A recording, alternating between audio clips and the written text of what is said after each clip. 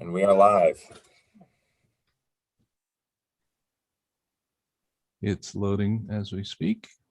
This is one of my days, one of the days when my wife wonders why I wander into my home office in a suit. She says, "Are you going somewhere?" I say, "Yeah." Next door.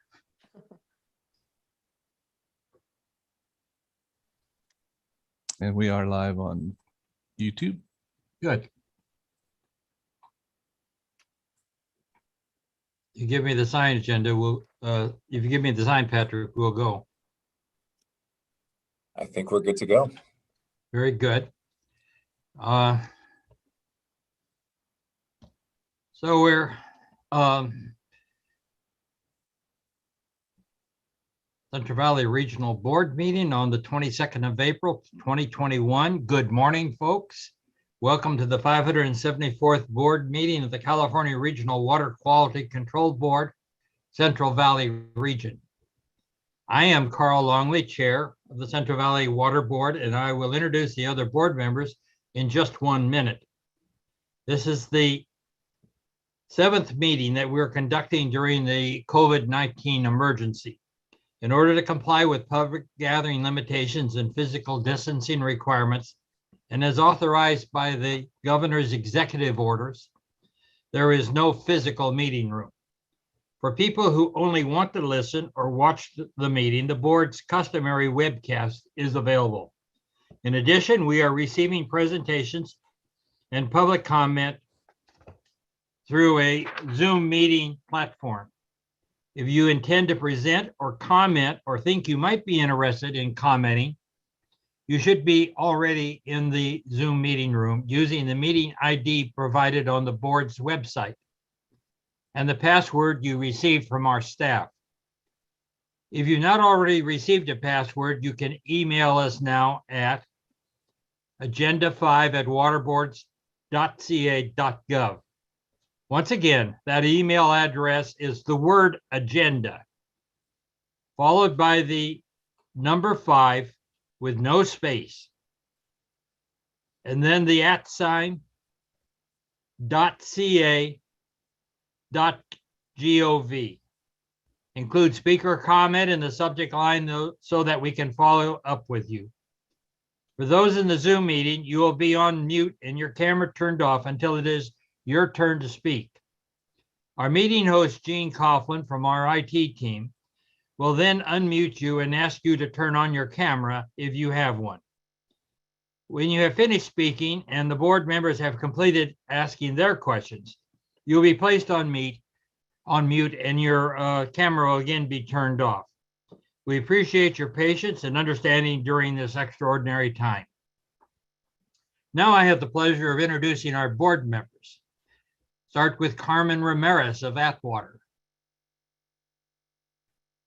Denise Cadera of Allensworth, Raji Brar of Bakersfield. Morning. Mark Bradford of Sacramento.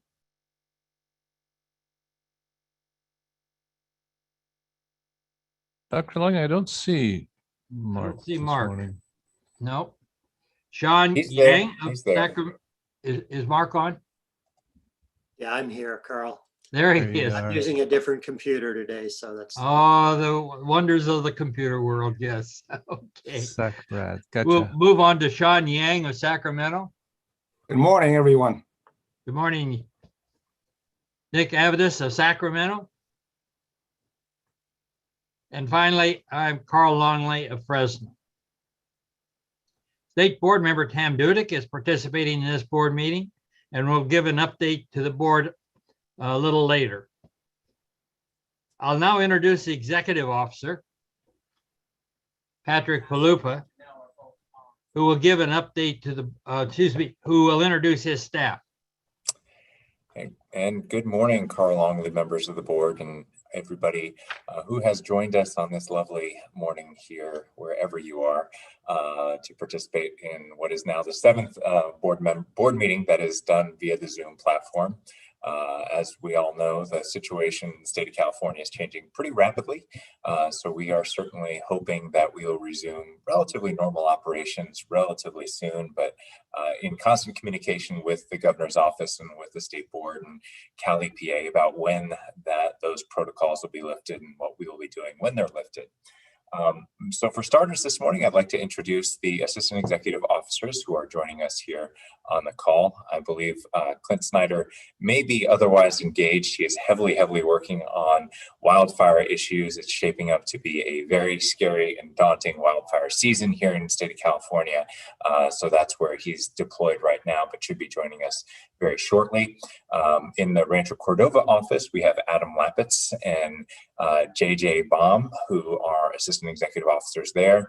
And we have Clay Rogers, who's assistant executive officer in the Fresno office. We also have attorneys with the Office of Chief Counsel on the line. We have senior attorney Jessica Yar.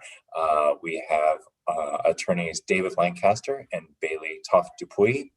And we are joined for the first time by attorney Chris Moscal, who is a new attorney. We've got really a full complement of legal staff here working on all the issues that we are taking on across the region.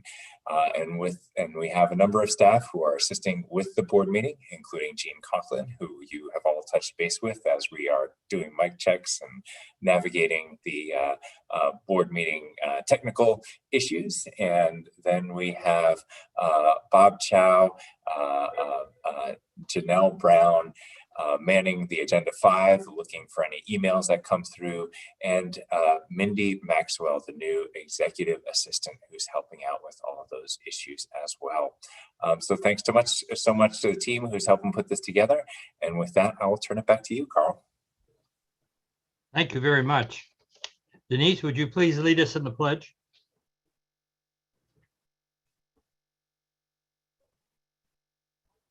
Yes, I will. Begin. I pledge allegiance. Where's the flag? It's coming. Okay. Bob has it. Let's spotlight that. There you go. Very good. I pledge allegiance to the flag of the United States of America and to the republic for which it stands, one nation, under God, indivisible, with liberty and justice for all. Thank you very much. We'll now move to agenda item 2. Are there any board member communications? Carl, if I would, my suggestion would be to move quickly to the state board liaison. I think we'll come back then to 2. Tam has to head out, so. And that is agenda item 3. I'd like to call upon State Water Board member Tam Dudick to give an update to the board. Good morning. Well, thank you very much. And thank you for accommodating my little scheduling challenge today. It's great to see all of you. And I too look forward to hopefully be able to see you in person relatively soon. I think, the governor, his team and everyone is doing their best to try to reopen the state by June 15th. And so maybe that means something for us as well. I'm not sure, but certainly I concur with your executive officer's comment that it's been way too long and look forward to seeing all of you in person. In the meantime, though, we've been pretty busy at the State Water Board this past week.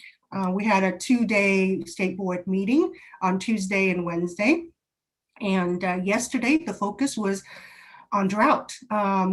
We began our day with a workshop focusing on Sacramento River temperature management for the protection of Chinook salmon and other species. And we receive a hydrology update, and it looks, as you would expect, I believe it was over 70% of the state is under severe or critical drought conditions. And the Sierra precipitation that we had this year, I think, was like the 3rd driest in record, even drier than the recent drought period that we were in. So all that leads to is that there will be a lot of discussion, attention, a lot of management of drought-related issues for us this year. And so not surprisingly, yesterday, the governor from Mendocino County, issued an executive order on drought preparedness. And it simply lays out all the actions various state agencies, including the State Water Board, are working on to coordinate to make sure we have the appropriate information and to be prepared for dealing with the drought the next few months, and if it should continue to go further next year. And at the same time, he also declared, issued an emergency declaration for the Russian River watershed. So that would be Sonoma and Mendocino counties. They're in especially dire conditions there. But given what we know right now, I don't expect that to be the only emergency declaration he'll have to issue this year. We'll see. He obviously will be paying attention to the data, to information that is provided.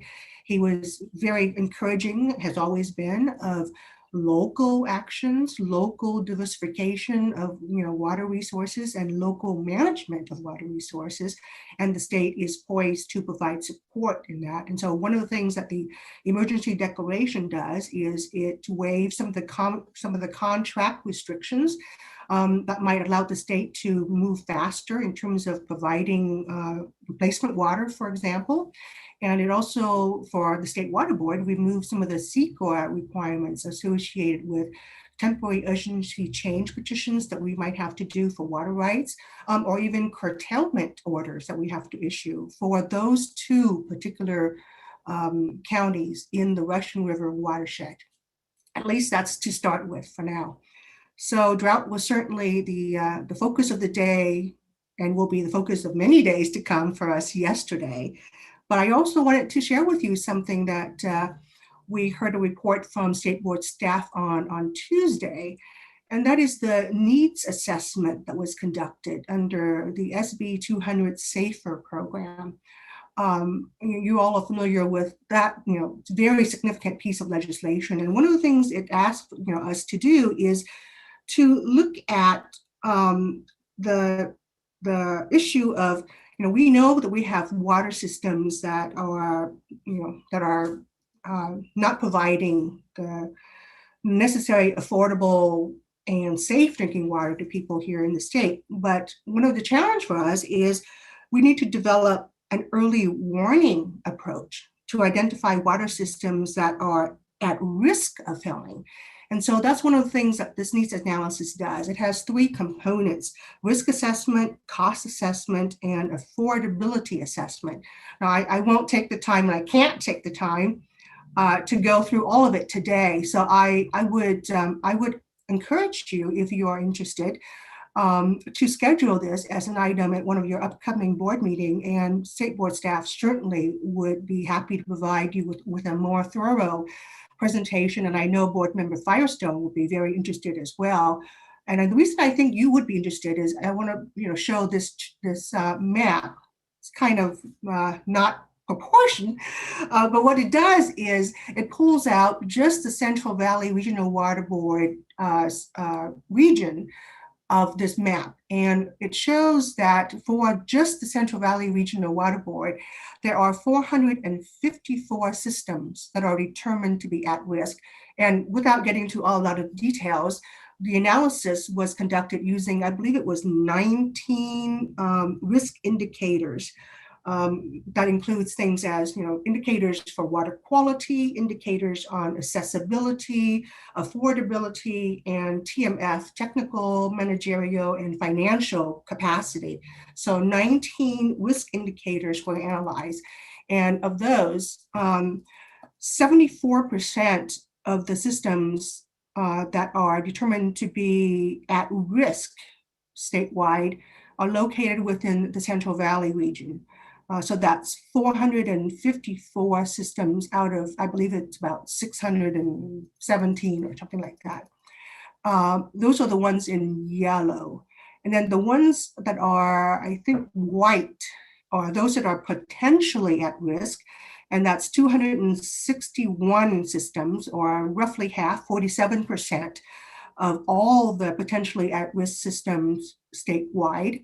And the ones in blue, I believe the color is, are those that are not at risk. And within the Central Valley, those are 476 or 37% of the 1,284 systems throughout the states that are categorized as not being at risk.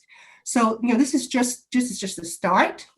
This is a tool that's, and actually one of the things that the staff can do in their presentation to you is to demonstrate the tool. But it is a tremendous undertaking and a tremendous, I think, accomplishment for all of us as Californians to have a system where we can start looking at potentially at-risk systems and working proactively through various mechanisms, financial as well as technical assistance, to see what we can do to ensure that they don't become systems that do fail and that creates larger problems down the road. So I'll stop there because I just don't have I don't want to take your time today to go into all the details, but I know that state board staff would welcome the opportunity to make a presentation to you in more detail on this needs assessment report, which I think is going to be so important for all of us in the years to come. I really want to thank you, Tam. I know I prompted the request to speak a little bit about it. For our region, faced with the issues that we're faced with the issues that our communities are faced with, I think the needs assessment was a tremendous undertaking and really sends a very strong signal about truly what the needs are of these communities, these underserved communities for the most part in the Central Valley. And also kind of on a statewide level, it shows how this is a collective problem. It is not just an isolated community or confined to a specific area of the state. This is the entire state's problem that we have to work and struggle with and address collectively as we kind of move forward. And I know CV Salts is working on a component there. We're a big piece of the puzzle, but this is going to be an all hands on deck if we're truly going to fulfill the promise of safe, clean, and affordable drinking water for everyone. But Tam, I really got to commend you. I know you were instrumental in working through this and getting the right people into the right place. We also have Andrew Altavote on the call here today, who also, former Region 5 Assistant Executive Officer who did tremendous work in getting all the intellectual firepower together to do this exercise. I think, at least in my recollection, this is the first of its kind in the country, and it is an honest assessment of where we are and where we need to be. So again, my thanks go out to the State Water Board for putting this together. And if the regional board members are interested, we can certainly have a more in-depth discussion at some later point, because this really is some fascinating work. Thank you very much, Tam. I joined Patrick in giving you my thanks. Yes, I believe possibly a workshop, but maybe a workshop that goes a little deeper when we start looking at sources of pollution and possible fixes.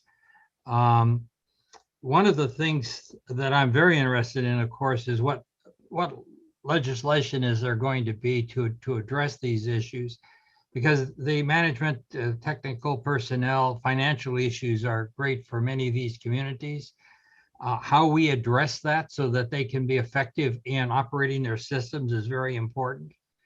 I think there would be some benefit to, if a special district is put together, that special district has similar powers to a community service district, in that it would also have wastewater treatment capability. In other words, it could, the law would be there to allow it to come for funding to address those kinds of issues, because in some cases, in communities I'm familiar with, they have impacts from agriculture, of course, but they also have septic tanks that are individual septic tanks in tightly packed communities, and we have to find ways to address this also.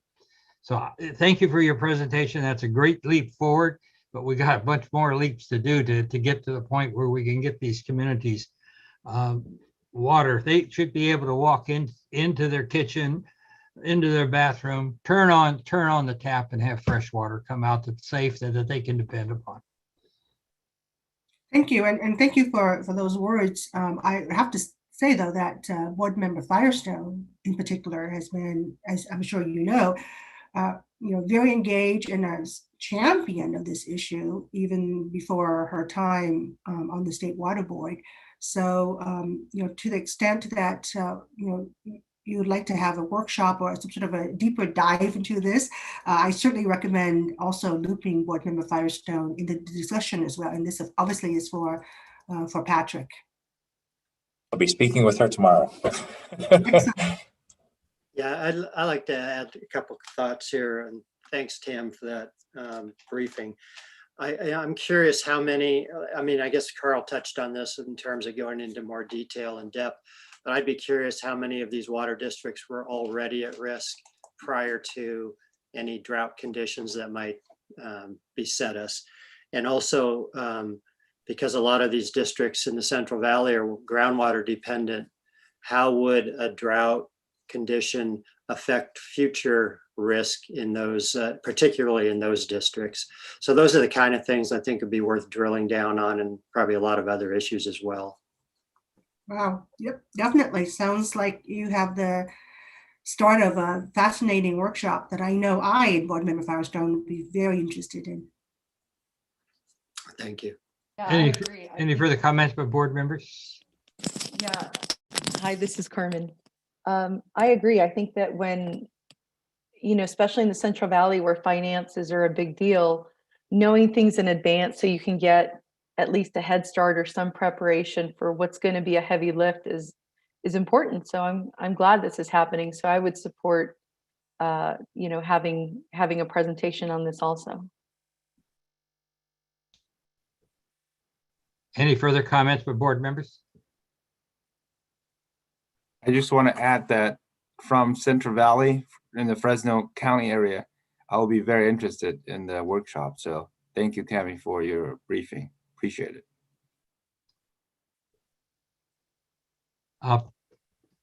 Denise, you have a few choice words?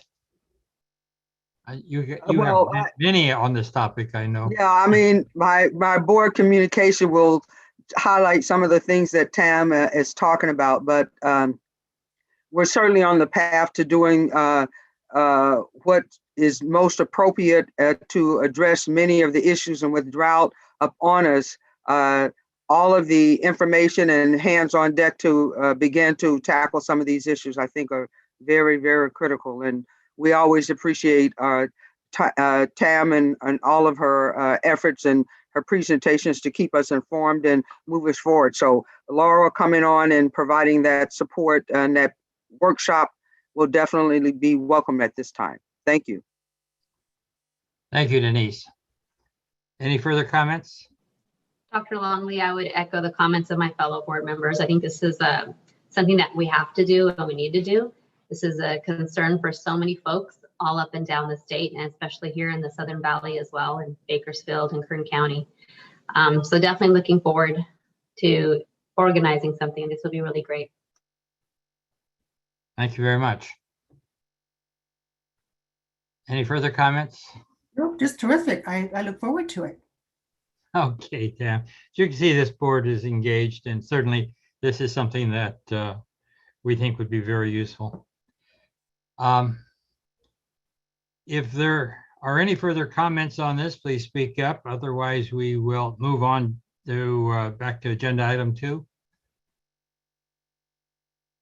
Not hearing any comments, we'll go back to agenda item 2. And Tam, I thank you very much once again. And we'll be following up. Patrick says he's meeting tomorrow with board member Firestone, and I'm sure that that he will relay our concern and comments to her, and we'll see where it goes from there. Thank you. Board member communications. We'll start with you, Denise. You've already indicated you have a lot to say. I'll go first. Yes, March 5th, I joined the Northern California Water Management Annual Meeting. was quite interesting, my first one that I had participated in. So I had sat and heard the discussion. On March 19th at 9, I joined the Water Board Strategic Plan Workshop that was held by the State Water Board. And I was in and out of that one.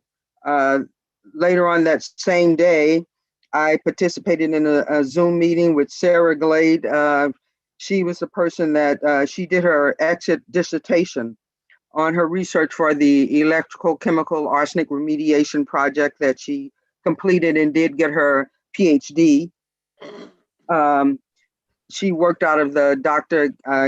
Gadgill's lab out of UC Berkeley. And so she's still working with us. I think they are actually meeting with the Santa Rosa Rancheritas natives to get them involved in their efforts to bring forth a system that will help remove arsenic from water. So they're definitely being involved, and also going to be working with our youth again this summer to deal with arsenic in the area here. April 6th, we had a meeting with Tri-County Water Authority. Back in February at our last board meeting, I mentioned to the group that the Tri-County Water Authority had applied for Prop 68 funds on behalf of the area of Southwest Tulare County, including Allensworth, to address some of the flood issues in the community.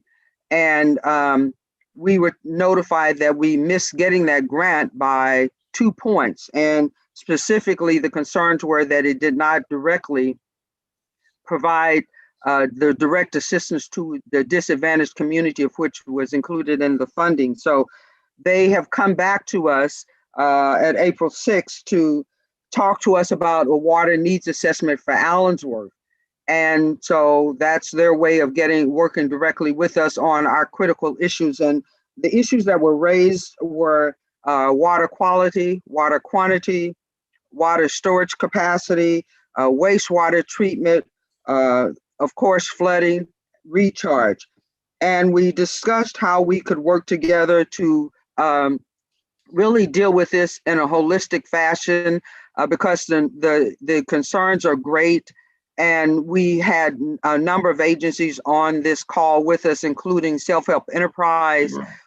So it was a beneficial meeting. And I think just from the discussions we've had, they plan on moving forward and really working with people at the state level, including the State Water Board, to try to move things forward and put together a package for this area. I'm talking about Allensworth, but a lot of things that are happening in this area actually have an impact on the region, and of course, it's addressing water quality. And then the last item is I have been working with the Tulare County and the environmental justice element to the different task force and subcommittees, and we're dealing with outreach, of course, and education, and preparing surveys to get input from communities on their environmental issues. And of course, water is one of those issues. And I think that's all I have for today. Thank you very much. You've been busy. Yes. Yeah, a lot going on in the southwest part of the region. And as I said, these are regional efforts, and Allensworth just happens to be in the middle of this whole ecosystem. So that's how I got involved in the first place in the water board, because of this area that has been a lot of attention has been focused. We just need the funding to come into the area to benefit all those that are impacted in this part of the region. And whatever happens here will be a pilot for what could happen on a regional scale. Thank you very much. You're welcome. Any other board member communications? Yeah, Carl, I was pretty busy myself in March. I participated in, I guess, 3 tribal benefit calls that led up to a public workshop that was held on the 18th. And it was a learning experience for me to understand the tribal beneficial use scenarios and the concerns. Very good participation, I thought, in the public workshop. And we'll see. I know there's a lot of work to be done. I thought Elizabeth Betancourt of the staff did a fantastic job, in particular, coordinating all those parties that participated. So we'll be hearing more about that, I'm sure, down the road. There'll be a board agenda item in the near future. I also participated in, I guess, 2 strategic plan calls leading up to a third discussion, which was a public forum. And there's an agenda item this month on that, so I won't go into too many details, but that was an interesting process, and we got very good participation, I thought. And everyone from, there were participants from Mount Shasta all the way down to Bakersfield. So it was a pretty broad representation on the public call. And then I also participated in that Northern California Water Association meeting. They really covered 3 topics, and headwaters and the forest topic was really well presented by a representative from the Nature Conservancy. It was very impressive, the data they have available to them. There was another agenda item on groundwater and Sigma, and a third one on floodplains. So it wasn't as much fun as going to the Sierra Nevada Brewery where they usually hold it, but it was well facilitated and pretty slick Zoom discussion. And then finally, I had lunch on Monday with Nick, just to kind of compare notes and see if he had questions about how the board operates. And it was real good to get to know him a little better. So that's it for me. Thank you very much. Any further board member communications? Chair Longley. So yeah, I did have a nice lunch with Mark. It sounds like folks were very busy these last couple months, and I certainly was not, unfortunately, not on attending events and talking to folks, but certainly been boning up on my reading. Definitely a lot of reading, but did enjoy that, getting to know Mark a little bit. So hope we all get the opportunity to get to know each other a little bit better as things sort of come out of lockdown. Very good. Any further board member communications? Okay. Hi, Carl. Yes. This is Sean. I have to go a little slow because we have to be, you know, I have the same problem. I have to find that unmute button. Where is it on Right. Yeah, I just want to also share that I have reached out to our staff, Patrick, Sue, and others, to just kind of go over the irrigations program that we have, so I have a better understanding of it, so that I could share with our community, especially the Southeast Asian community in the Central Valley. And I have a chance to speak to one of the organization's executive director, and you know, he has shared a lot of concerns and needs that the smaller farmers are in needs. And I think it's very critical that you know, we listen to them and find out what their needs are, and that's what I'm intent to do. Possibly going to work with Nick and Patrick and the team to possibly set up a meeting, maybe a town hall. Depends on how the state will come about in terms of opening. I heard in June sometime. So if that's something that will happen, we'll probably would like to do in-person town hall meetings somewhere in the Fresno area, and then obviously want to find out about the folks, smaller farmers in Sacramento area as well, and down the Central Valley, all over the place. But yeah, so I'm doing a little bit of groundwork, but it's going to take some time. So I just want to give a quick update to you all. Thank you.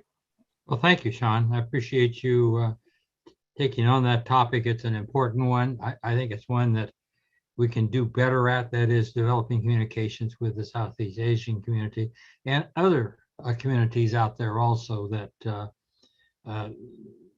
are particularly small farmers. Shouldn't say small farmers.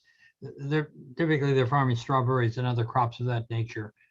They're not farming a lot of acreage, and in many cases it's a second job that they're doing. It's not the sole thing they're doing, They're not like the farmer who's full-time and can, it's part of the daily business to go to meetings of this nature. It's finding times that's available to them, and may well be evening meeting is the best thing, but that's something that you'll have to determine.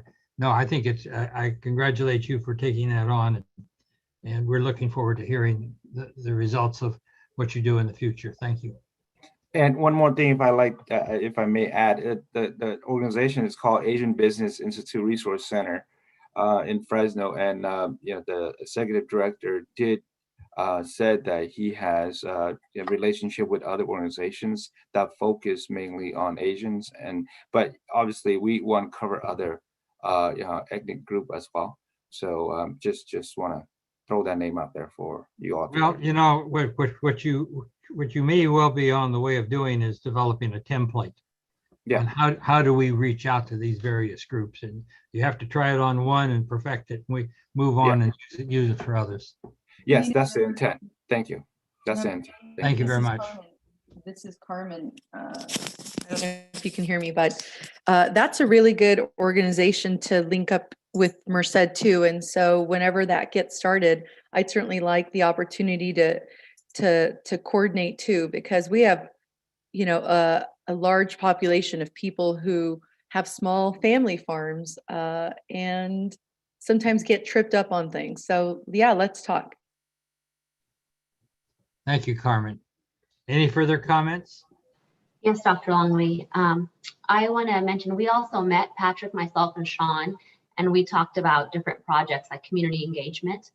And I think we have some really good ideas, and I have a few organizations that I'm going to reach out to here in Kern County to make sure that they're in dialogue with the Regional Water Quality Control Board.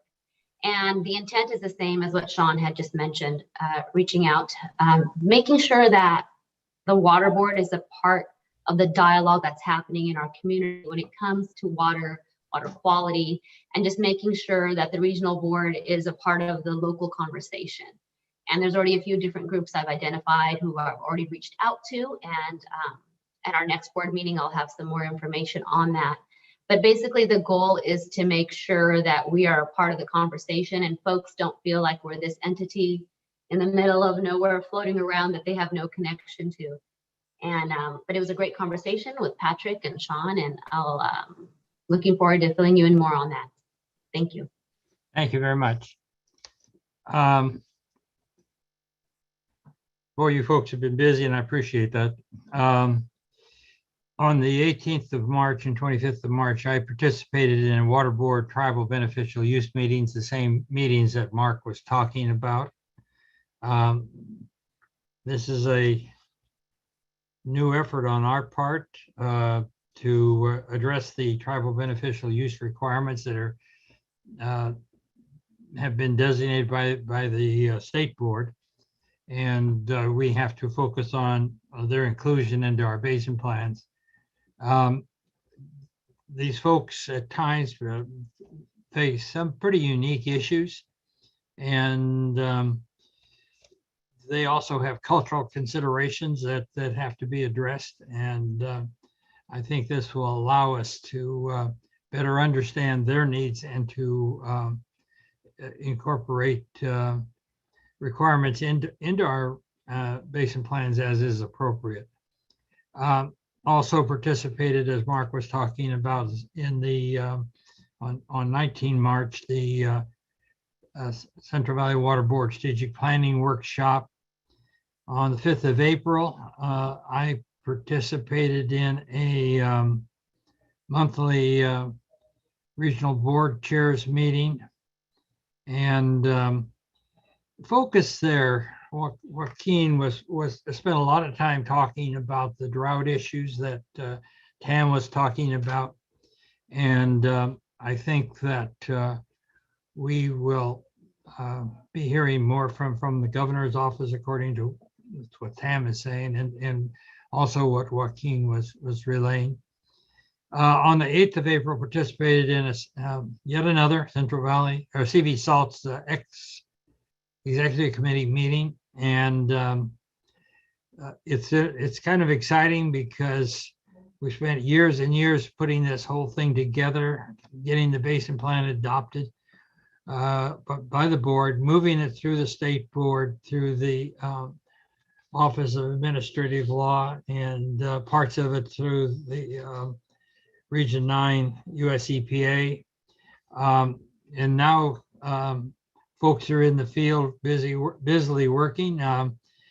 The two parts of this, of course, one is the traditional salts, the sodium chloride and substances of that sort. And the other part is nitrate. The nitrate one is the one taking fire right now, visibly, I should say, in the sense that those communities, priority 1 communities that have no drinking water, have been identified in the process of establishing delivery of bottled water. And in some cases, the placement of kiosks that will allow them to pick up water. These are certainly big steps forward, but they are, that's the temporary short-term solution. The long-term solution is the one that we were talking about earlier, is how do we get to the point where they have safe fresh water at the tap? And the big part of that is how do we address the management, the technical competence, and the financial issues that are that these communities have. Sometimes it gets very basic in the fact that they do not have distribution systems that are capable of delivering water and in a safe and efficient manner. And at times we have to start right back at the plumbing level to begin to deliver water for folks. A good program, I think, as I said earlier, it needs to be put together with special districts that so we can develop those capabilities. And then secondly, develop the funding and be able to manage the systems on a long-term basis to ensure that they are doing what we expect them to do, delivering safe water for folks to drink and use for cooking and bathing. Then on the 22nd of April, I participated in a meeting with the Fresno State's California Water Institute Center for Irrigation and Technology and Development Office regarding developing a white paper leading to a possible pilot process development for treating produced water for beneficial uses in cooperation with the oil industry. And the oil industry had approached Fresno State about doing this in the western part of Fresno County. And then finally, I'm participating in today's meeting and enjoying listening to you folks and all the great things that are taking place. Any further comments? Hearing none, then we will go to agenda item 4. And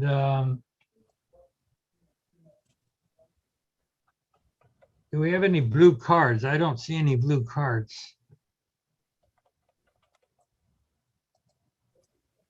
Correct. None at this time, Dr. Longley. Okay, good. We'll move then to agenda item 5, the executive officer's report. Let me point out, Patrick, that I found this to be a very informative report, as all of your reports are. I certainly enjoyed, I'll certainly enjoy having the opportunity to ask you some questions and make some comments regarding the report. Go ahead. So the mic is yours. Certainly, and thank you so much. I do have to express my appreciation to Mindy Maxwell, who worked with Janelle to get this report all compiled from all the units throughout the region. So there is relatively seamless transition is what we're working on in the executive office as we kind of prepare these for you folks. I just want to spend a couple minutes kind of letting you know about what we've been looking at from a workforce perspective as we move through what we hope to be the very last stages of the COVID-19 pandemic rules. as Tam, kind of alluded to this morning, I think the governor is looking at reopening the state as quickly as possible, as long as they keep state worker safety in mind. So I think we're still planning on fairly dynamic, fairly flexible work environment for the foreseeable future. That could change very quickly, but in my personal opinion, it is harder to flip the switch back on than it is to flip the switch off. So we're going to be dealing with a lot of challenges with respect to working with a hybrid approach, where many of our staffers will be working remotely for at least part of the week. I think we, as a management team, have seen a lot of benefits to that, but there are certainly challenges too. So we envision rolling that out, as soon as we get a good plan together, as soon as we get more direction from State Water Board, Cal EPA, Cal HR, the unions, the governor's office. That's kind of the discussions that we're having behind the scenes there. But I would imagine that, we will have in-person board meetings in the relatively near future, if not June, perhaps August. And so we're planning for all those contingencies.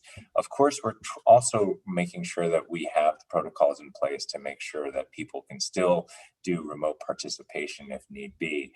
That may mean in the near term, if we have something up and running soon, to get the meetings in at State Water Board as opposed to the meetings downtown.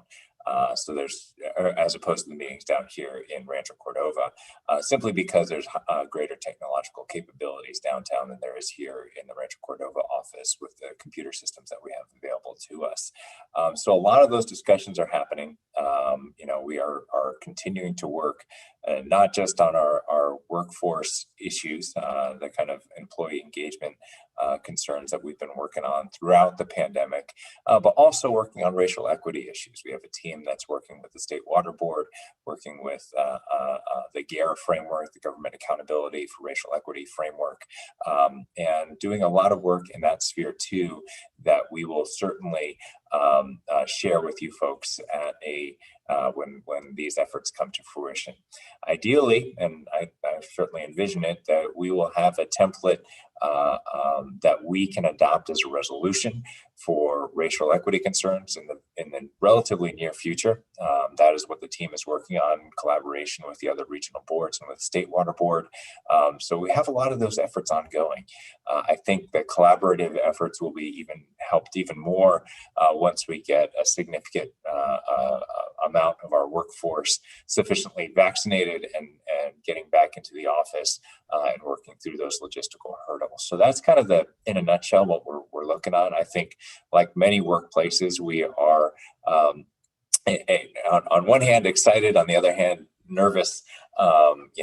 We have a lot of institutional hurdles to kind of work through. A lot of the ways that we used to do business, a year and a half ago, are going to need to evolve with the changes in the workplace that the entire world has experienced over the past year. So, with that, I'm certainly free to respond to any questions that you may have on the executive officer's report itself.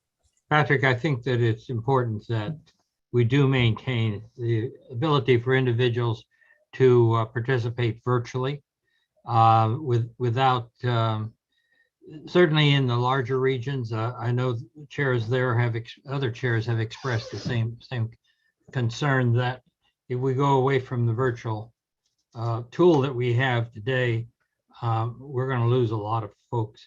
And I might say that technical conferences, some of them are finding as they look to the future that they're going to lose participation if they move totally away from the virtual presentations. It's become a way of our life, and COVID has forced us into it probably a lot faster than we would have moved, but we've made it work.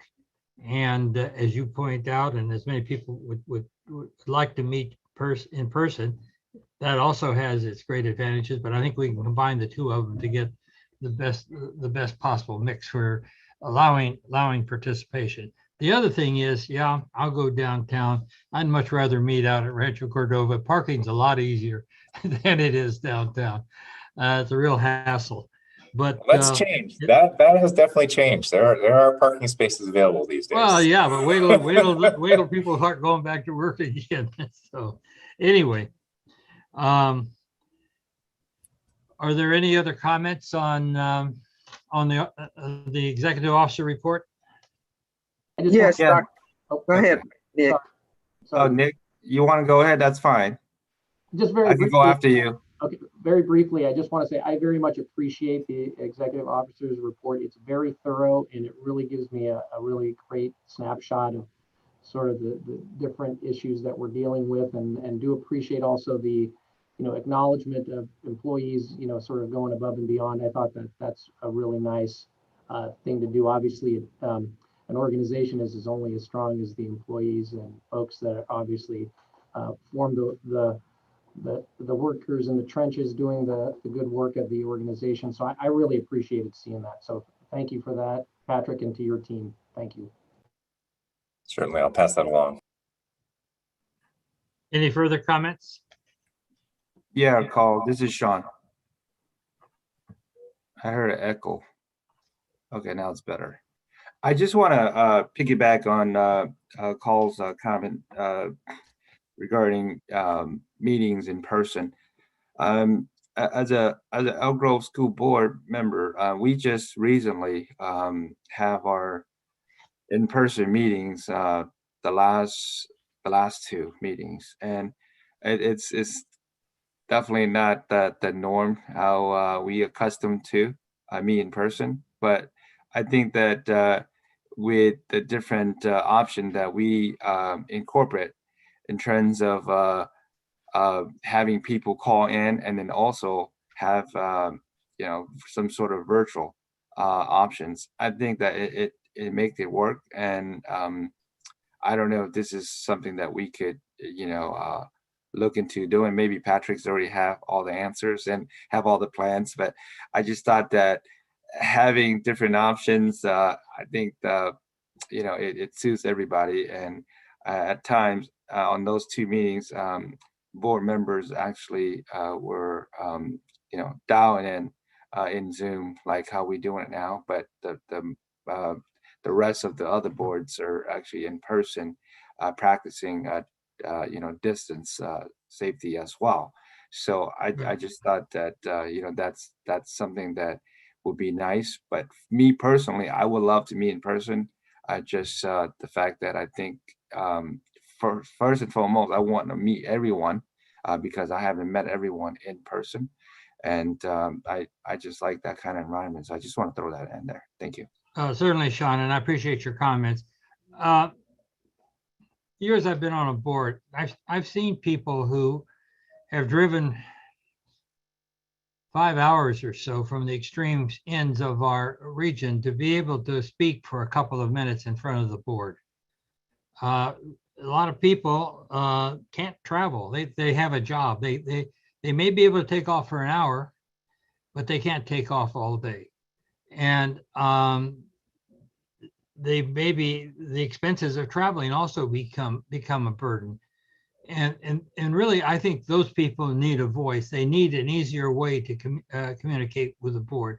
And that's the major audience that I'm thinking about when I say we need the capability of virtually communicating. It would be interesting if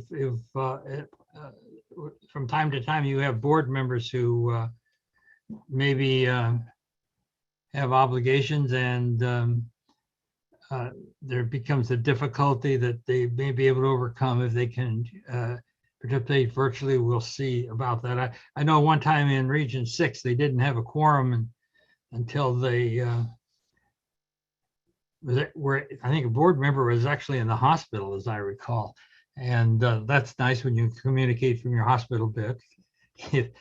But We certainly don't want to make that a normal thing, though.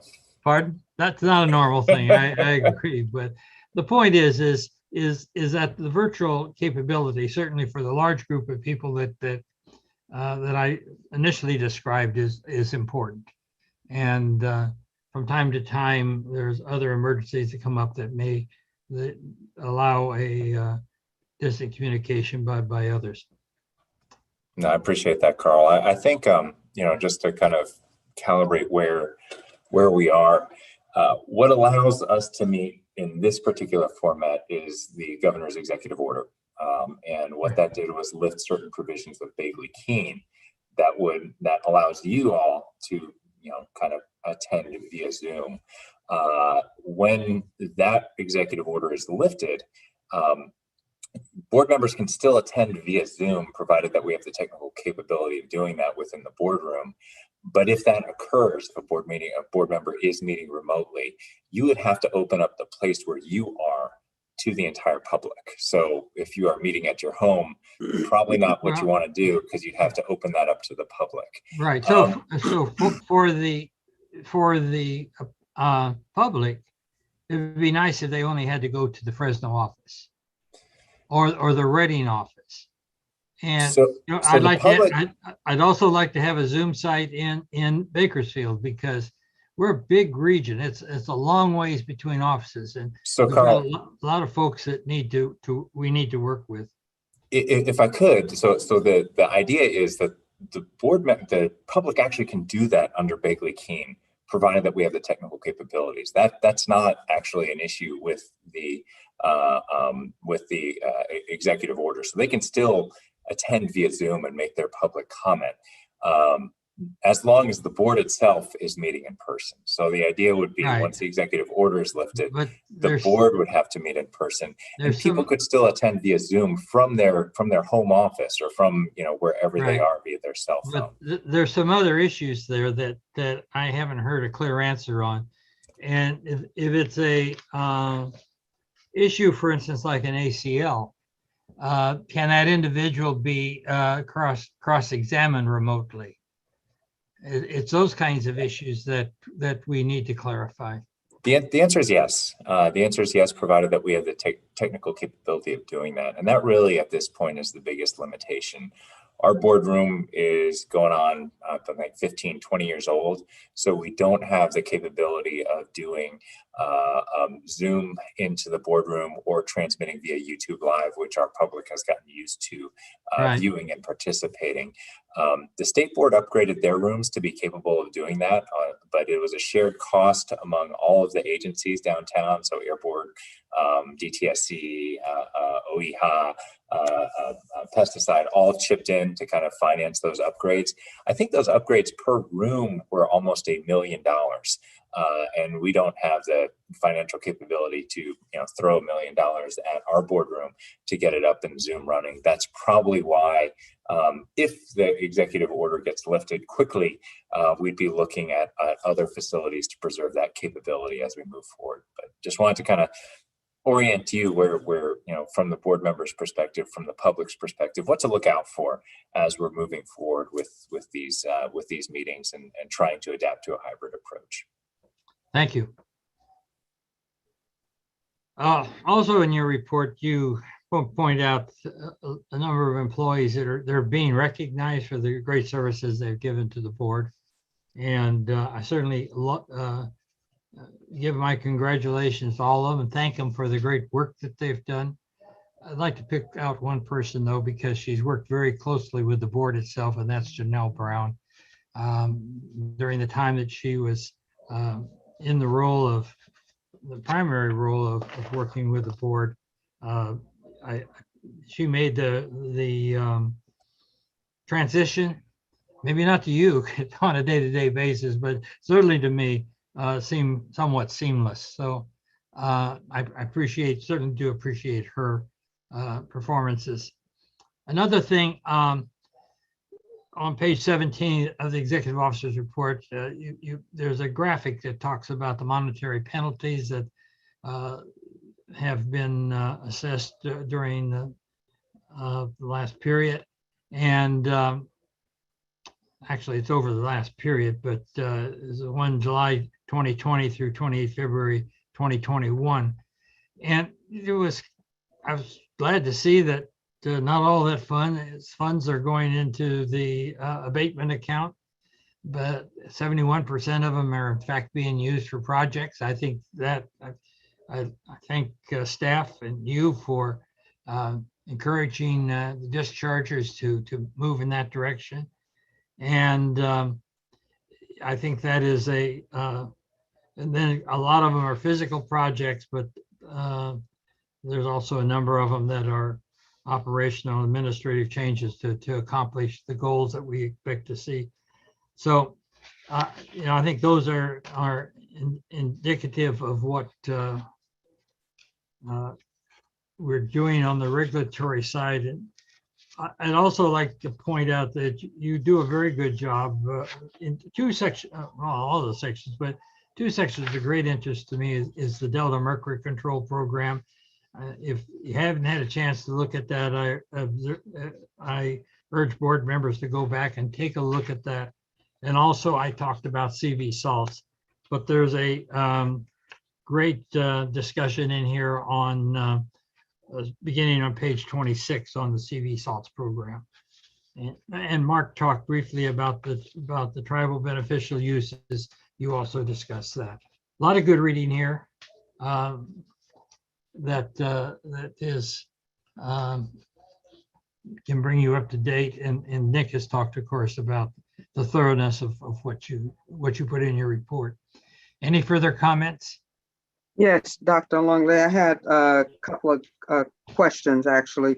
This is on the authorized positions. There are 269.7 positions and total vacant is 27.5.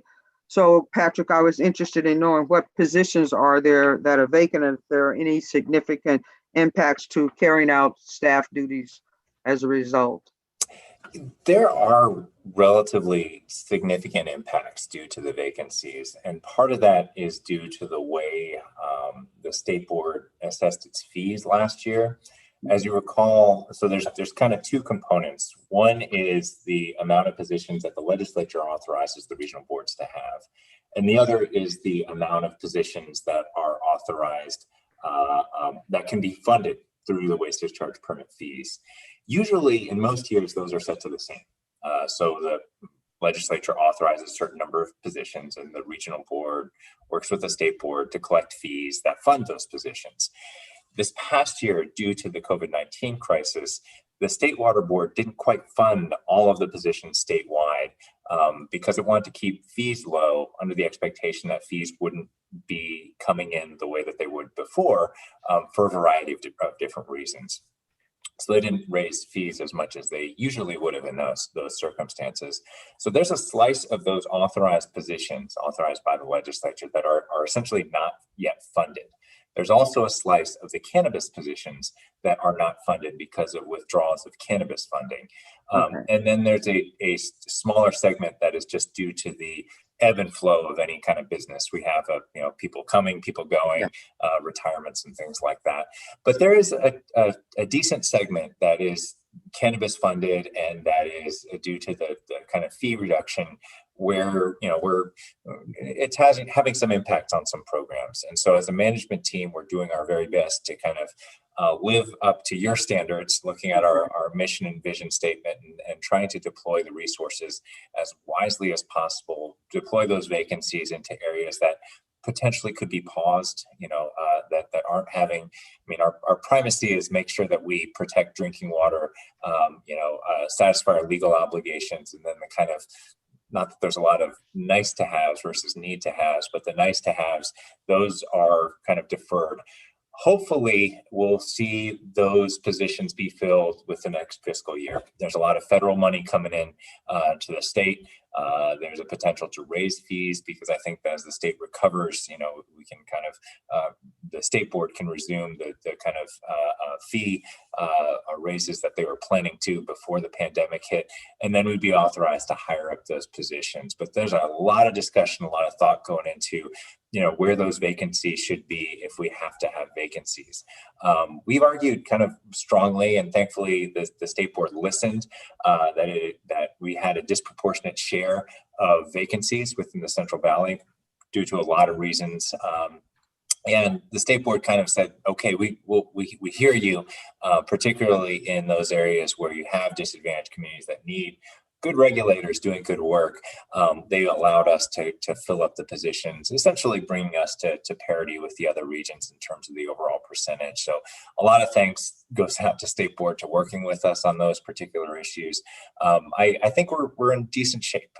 Like all state agencies, our staff are still working under a personal leave program that basically cuts off a couple of days per month, cuts off their pay in accordance. I think that has allowed people to be a little bit more flexible with their time. It does harm their kind of personal income a bit.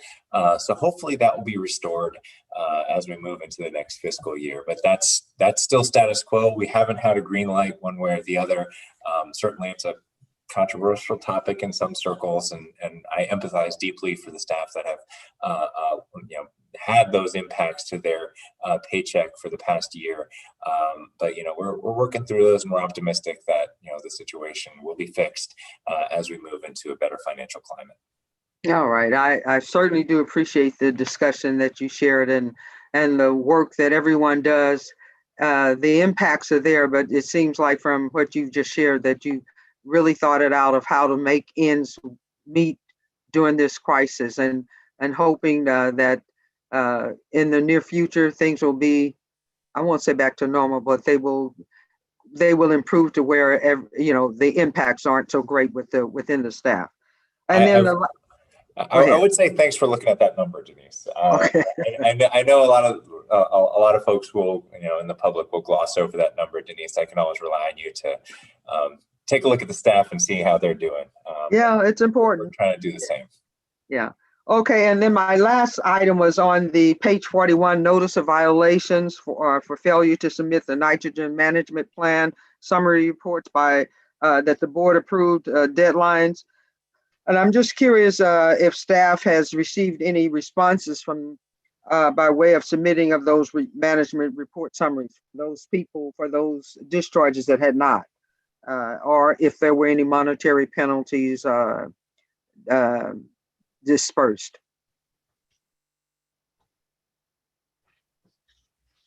I'll have to look to JJ to kind of fill in the blanks. Again, those are managed by the prosecution unit. Those are the big numbers. I think that they, like any prosecutor, before they bring a prosecution, they will not really let the judge know what they're thinking. It's kind of working on their strategy. But I know that they have heard from the board that this is a priority issue. It is early stage stuff in that. It is kind of the very, very preliminary missteps, and we understand that through outreach activities that a lot of these were folks who couldn't get out in the field and couldn't engage contractors due to the COVID-19 pandemic. I don't know if Adam has a little bit more information on that, but I'll kind of turn to him too. Just a little bit. I think the one thing surrounding these is we have been conducting some outreach and trying to, especially during the COVID-19 pandemic, trying to work and get information out to folks. I'm not aware of any monetary penalties at this point. And I don't know, I'm also unaware of the statistics around how good a response we are getting. I will say that if they do not respond, we'll be moving forward, and that's where JJ would be stepping in. I did see Sue McConnell's name on the list of participants. I don't know if she's still available, but she might be able to shed some light on that question of how many people do respond to these notices of violation and things like that. Okay.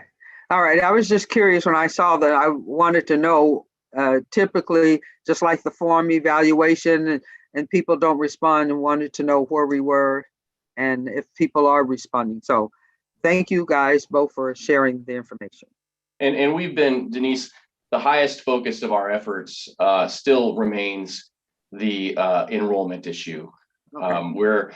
That's where we're putting the lion's share of our heavy enforcement efforts and things like that, just for the prioritization of moving forward. Again, once they get to that point, they leave my viewpoint and go into JJ's world. But my understanding is our prioritization is still really heavily on getting folks into this program. And so, we're not going to allow folks not to turn in their nitrate reports, but it's the when we go to monetary penalties, we've been focusing on enrollment.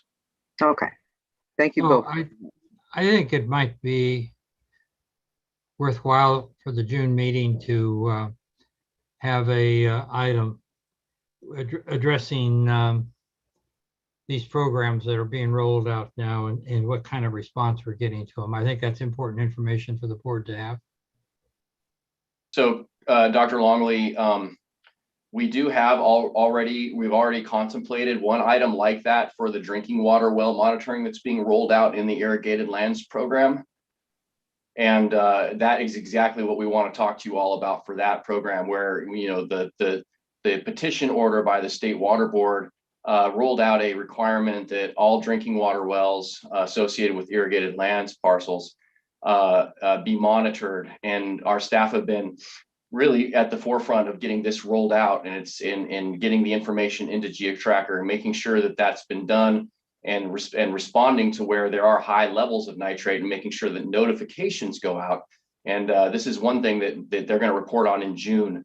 Absolutely. And so I can tell you that we have had reasonably good response in that program. But we have had to send out a number of reminders for folks to make sure that they do the notifications or make sure they provide the data to the GeoTracker system. Thank you very much. I think probably we need to chat about that before the next board meeting. Yeah, and if I could, Carl, I think that the plan is in June, we are going to have the drinking water presentation on drinking water compliance numbers. We are also on June 1 going to be presenting to the State Water Board, and certainly all the regional board members will be sharing the link once that's finally calendared up on not just the CV Salt's basin plan amendments. They're going to be considered on June 1, but also the annual update on CV Salt's compliance numbers and CV Salt's compliance status. And then in October will be the enforcement report that will be the holistic view of all the compliance numbers in the Irrigated Lands program and dairy program and other programs throughout the state. So I think if you want to change that timetable, we can certainly change that timetable. Might require a little bit of planning effort, but that's how it's currently scheduled. Well, it seems like you have your thumb well on the issue. Appreciate it very much. Any further comments by board members? I don't know, Sue, if you have something a stat to share pretty quick. If I could just answer Denise's question about the responses. We are getting responses to the notice of violations. We're working closely with the coalitions. Our staff are directly reaching out to the members. There are still some members out of compliance, but we're definitely working on getting compliance on the notice of violations. And then just to mention the timelines for the drinking water well monitoring information item, we're hoping to go in August at the August board meeting, but we can move that up to June if there's a desire to do that. Might be August. Very good. Any questions? Thank you, Susan. I'm glad you said that there was some responding. That was what I wanted to hear. Thank you very much. I just have one comment about backing us up a little bit. To put a little data around the need for Zoom at our board meetings. I think when we were, there was a facilitator for the strategic plan or public workshop, and she actually, she did an informal survey of the participants to ask how many of them would not have attended a meeting in person. And about a third of them, I think, don't hold me to that, but I think about a third of them said there was no way they would have come to Sacramento for that meeting, including some of the more vocal participants. So I think that is really critical to figure that out. And if it means I have to find a parking spot downtown, count me in. And also I wanted to compliment everybody on your backgrounds. It reminds me that it's Earth Day.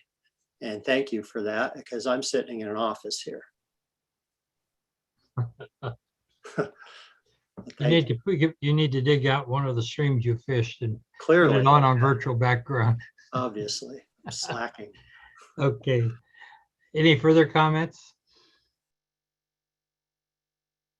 Well, thank you, Patrick. And by the way, we don't have any blue cards on this item. Am I correct? No, we do not. Okay, thank you, Mindy. Mhm. Moving forward then. Move to agenda item 6, approval of the minutes from the prior board meeting. Those were sent out as part of the agenda package. I might say that those minutes are probably the most thorough minutes I have ever read. It's what, 42 pages, something like that. 41, yeah, 40 pages, I guess. And I certainly do appreciate the effort that went into compiling all of that. Are there any comments?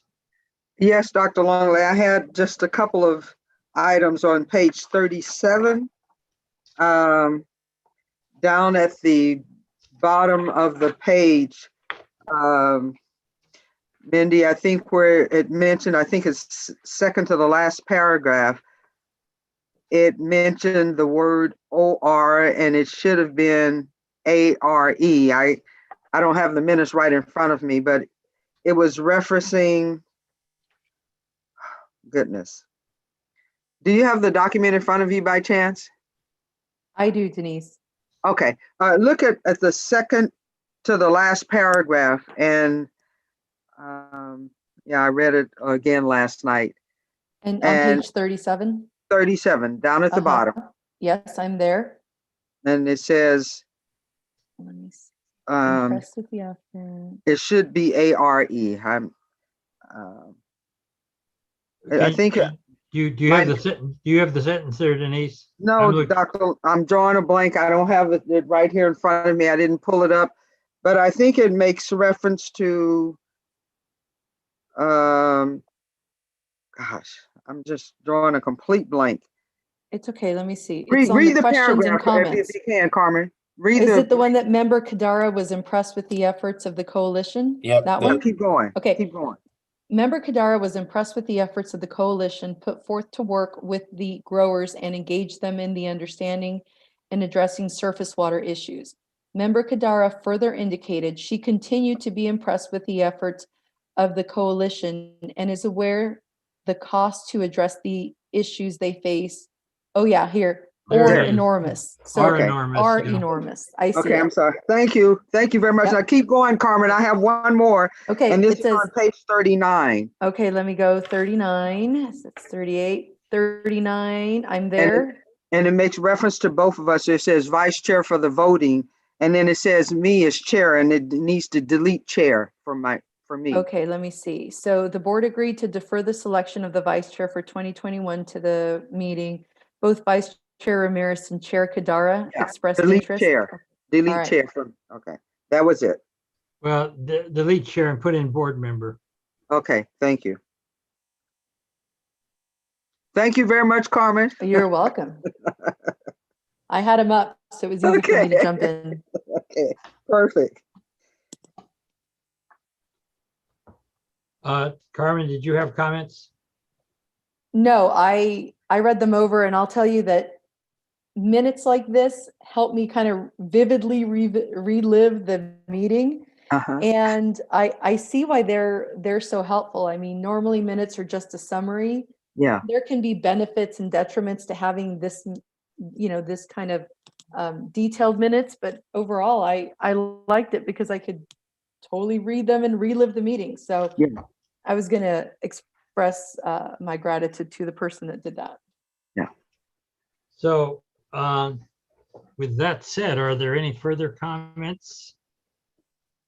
I'll only comment that was Mindy's work there. Compiling those minutes. It is a little different format than you're used to. It's more exhaustive, and there are pluses and minuses. But I did obviously I did a thorough read, not as thorough as Board Member Kadara, obviously, but put some edits in there. But there's a tremendous amount of work on her behalf to try and make sure that we have some very useful minutes, particularly for folks who may have missed the meeting and want to be filled in without having to go through the whole YouTube session. So bringing her prior experience to the board's benefit, that was her kind of take on the minutes. So if that works for you, we'll keep doing it this way. It's a little bit more thorough. It's a little bit more of her time, but I think it's a very useful tool for folks who may not be able to attend the board meeting. Very much appreciated. And if no one else has any questions, I'll move that we approve the minutes as amended. Do I have a second? This is Carmen. I'll second. Any discussion? Hearing none, call the roll, please. Board Member Bradford, Yes. Board Member Brar, Yes. Board Member Kadara, Yes. Board Member Yang, Yes. Board Member Avdis, Aye. Vice Chair Ramirez, Yes. and Chair Longley. Yes. The motion carries unanimously. Move now to agenda item 7, the uncontested calendar. This is a time and place for a public hearing to consider uncontested items 13 through 17. Mindy, has anyone submitted an email requesting to comment on any of the uncontested items? Just 1 second, please.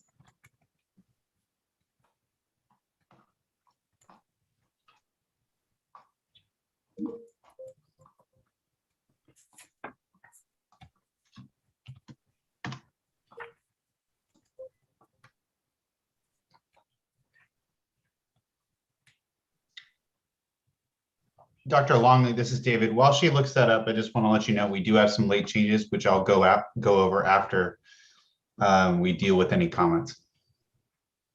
Okay. We can come back to Mindy while she searches for that. Go ahead with the late revisions. All right. For the uncontested calendar, we have item 13, which is waste management of Alameda County, Altamont Landfill and Resource Recovery Facility. Altamont County stipulated for entry of cease and desist order, R5 2021-0502, and proposed cease and desist order. So we have, there are some late changes, which I'm going to share my screen. And I have both itemized late changes and red line revisions for you so you can see them in context. The cease and desist order that you will be voting on today just has a couple tweaks from what was sent out in the agenda package.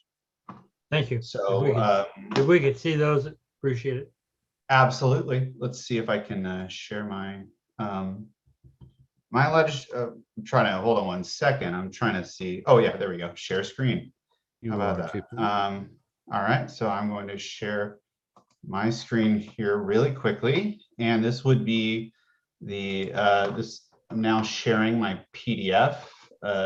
You can see the late revisions, itemized late revisions. We don't see it yet, so. Oh, sorry. We see you now. Is now better? It's coming. I'm sorry about that. There we go. We see it. All right. All right.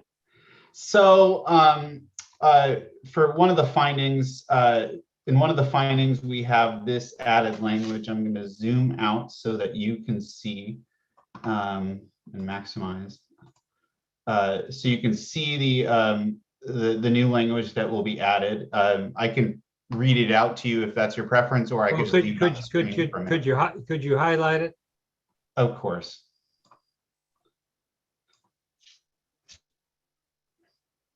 Are you able to see the highlight? Yes. About this too. You need to get your copy out of the way. There you go. Okay.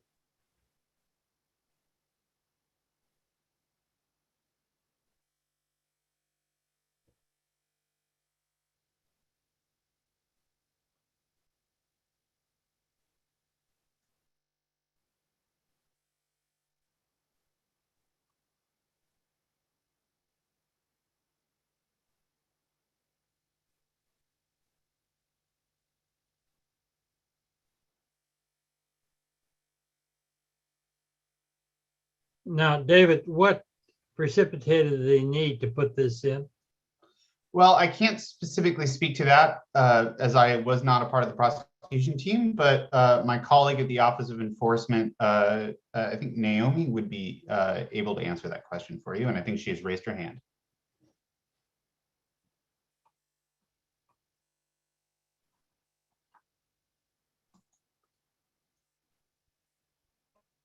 Sorry, David, you'll need to stop sharing for me to Okay, see. okay, 1 second.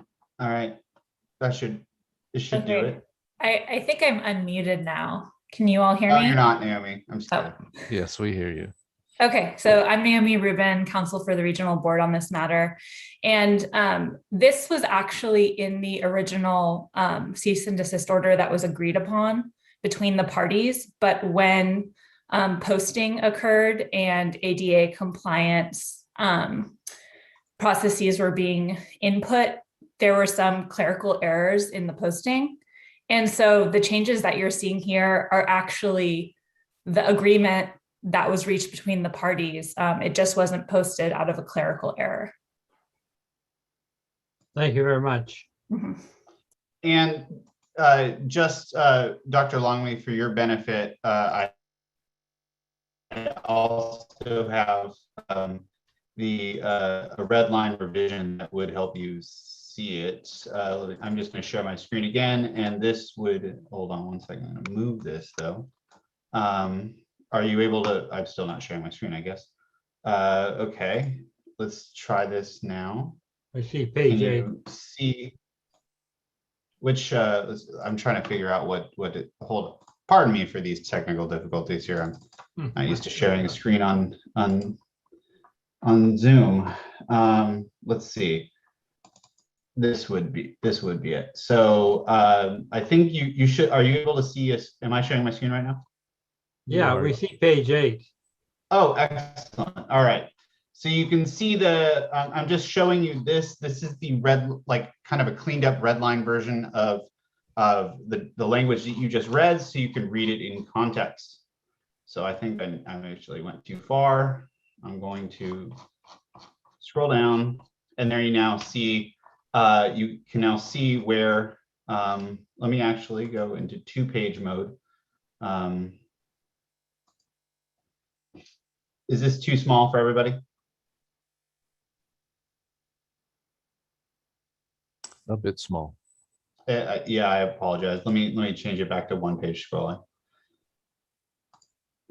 All right, so this, the new language that you just read will go, I believe, under finding 7, which begins on page 4 of this current version, although slight tweaks to formatting might, things happen. But regardless, it's under finding 7. And so you can just see where that new language talking about, where this goes. And Naomi could answer any further questions you may have about this one revision, and then we'll move on to the next revision. There's only 3, so not too much longer. Does any board member want further clarification on this change? If not, we can move to the next one. Excellent. All right, so I'm going to move down to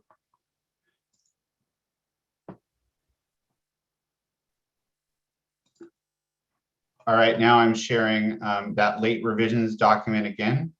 And now we're going down to would be, I guess, page 17 of the document that you originally received. Essentially, it looks like they're moving language from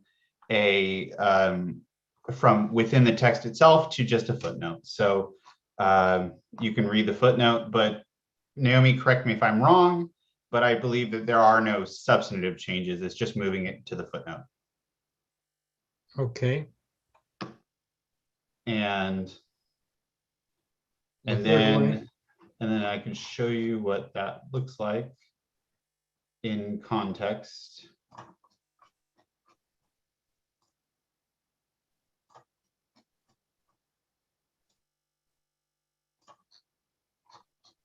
Apologies for the how long this is taking. It's somewhat harder to share these things when, you know, instead, if we were in person, I could just simply hand you pieces of paper reflecting these changes and it would be an administrative record. FYI, Naomi is free to unmute if she'd like. Yeah, and I will apologize as well because just these changes are the terms that the parties agreed to.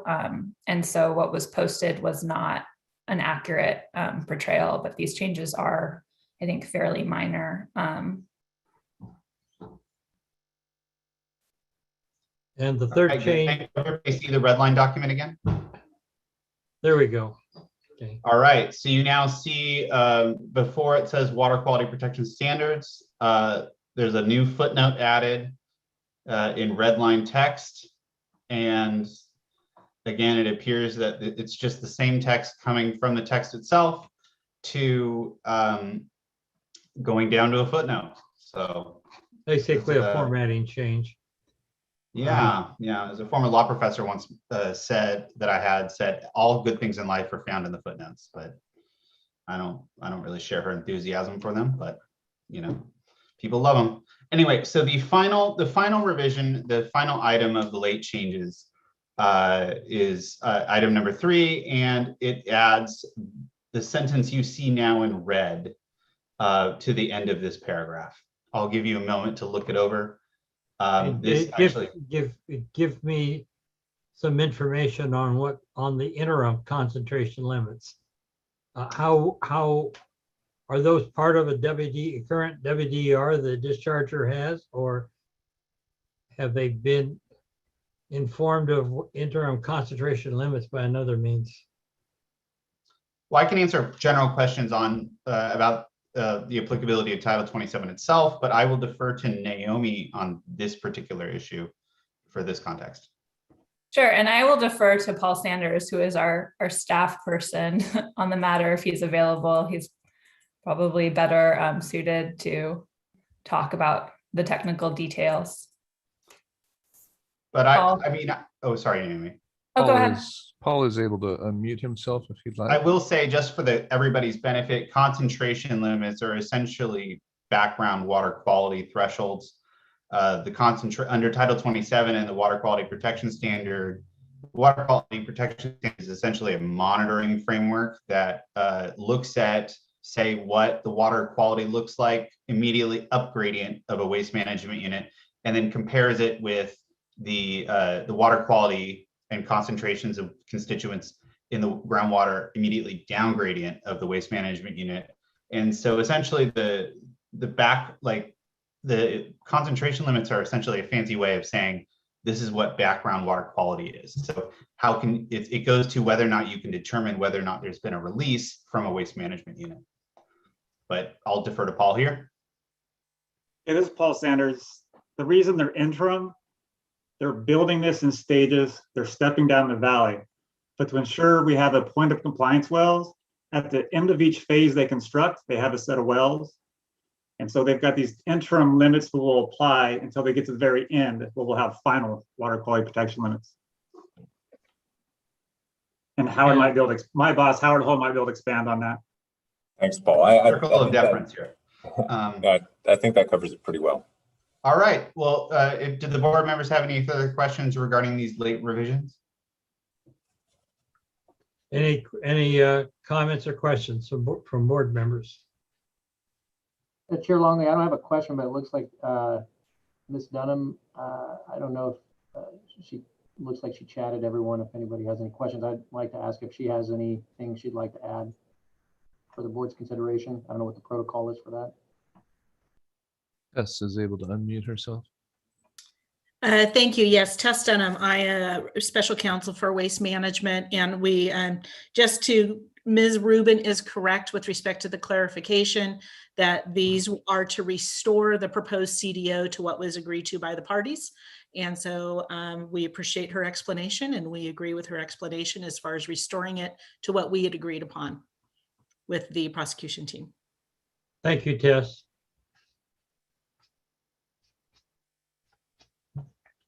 Very good. Any questions for Ms. Dunham? Thank you very much, Tess. So with that said, Dr. Longley? yes. This is Adam. I'd like to add one item to the uncontested calendar. Okay.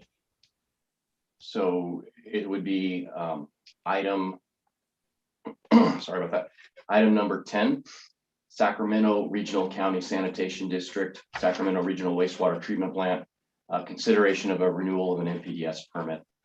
Okay, and we have no blue cards on that, is that correct? We have 3 cards on this item, but they all indicate that they will speak only if needed. And my understanding is no one is contesting this. Well, I'll give them an opportunity to speak now if they want to. I see who they are: Brittany Johnson, Brian Lawrenson, and Robert Saferight. Certainly, we can go ahead and add it. Yeah, but I would like to give those folks the opportunity to speak if they so desire. They may unmute if they like. Dr. Longley, looks like Robert is not here. Okay. Yeah, this is Brian Lawrenson. I don't need to comment on it. Thank you. Thank you very much. And Brittany, no comments, or do you wish to comment? No comment. Thank you, Chair. Thank you very much. Very good. I think, Patrick, I'll ask you the question that Sac Regional is going to come back before the board to talk about their project at another meeting. Am I correct? Absolutely. I think, the Sac Regional County Sanitation District and their facility, they have been doing incredible work out there to bring the facility into compliance with an order that the board issued almost 10 years ago, or a little over 10 years ago. And, it's a testament to the partnership on both sides, on the regional board side and on SAC regional side, that we can get to the point where we actually have an uncontested permit and major infrastructure improvements at their facility, to the benefit of their ratepayers and to the benefit of water quality in the Delta and the Sacramento River. So we will have a presentation on all the work that they've been doing, what's currently operational, what's still planned in June. We've come a long way. I think Robert Seyfried is here and raising his hand. Yes. We have a hand raised. Am I correct? Yes. Mr. Seyfried, go ahead.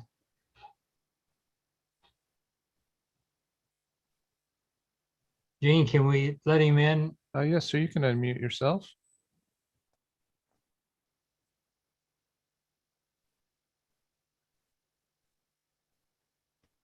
Robert, are you able to unmute yourself?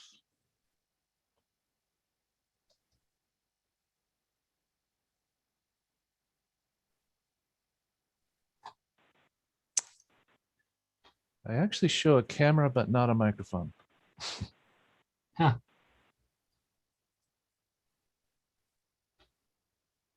We may have lost his audio. Sorry about that. He's a representing Sacramento Regional County Sanitation District. Ms. Johnson. Yes, this is Bob Seyfried. Can you hear me? We can hear you. Bob, go ahead. Okay, I apologize. I'm Bob Seyfried with the Sacramento Regional Sanitation District. Just wanted to say we have no issues with the permit. We're pleased that we're able to work so well with staff to get a permit that could be on the uncontested calendar. And we look forward to the next board meeting where we will be doing an informational update on the Echo Water project. We have some good news is that the Echo Water project itself, all flow as of Monday has been routed through our biological nutrient removal facility. So all dry weather flow is currently being treated and will be discharged with very low ammonia and very low nitrogen levels. So we're real pleased with being able to achieve this 3 weeks ahead of our compliance date. That's good news, and we'll look forward to an update at the next meeting. Certainly you guys have responded tremendously since that meeting clear back 11 years ago, nearly 11 years ago. I still got the scars from that one. Yeah, I do too. So, very good. So Are there any further late revisions? No late revisions, Dr. Longley, except for the one that David Lancaster presented. Right. That's So all. I'll close the hearing. Is there any further discussion by board members? Chair Longley, just very briefly, I just would like to acknowledge to the tremendous effort that has been engaged in with regards to this particular item on regional sand. Being a casual observer 10 years ago and viewing the level of discord and acrimony, I mean, it's a tremendous effort, and I am very much looking forward to being briefed on the status of the Echo Water project next month. But it is a tremendous effort on all sides that should be recognized and commended. So, thank you. It's not the same. You really do a good job describing the change. It's a unbelievable change in cooperation between the board and Sac Regional. I'm happy to see that progress they've made is certainly something to.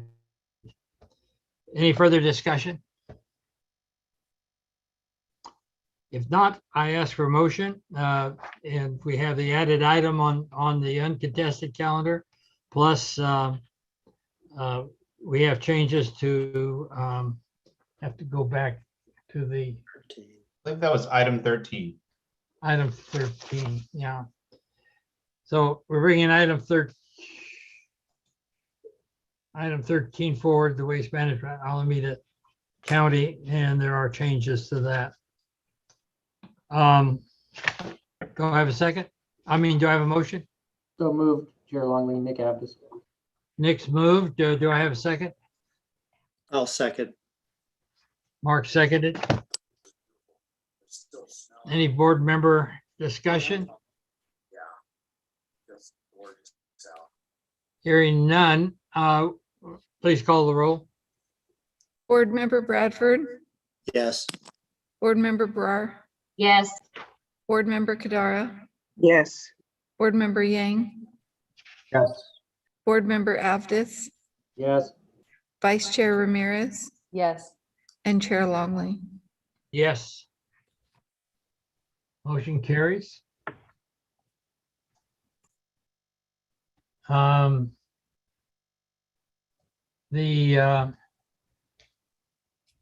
next item on the agenda is item 8, the Irrigated Lands Regulatory Program.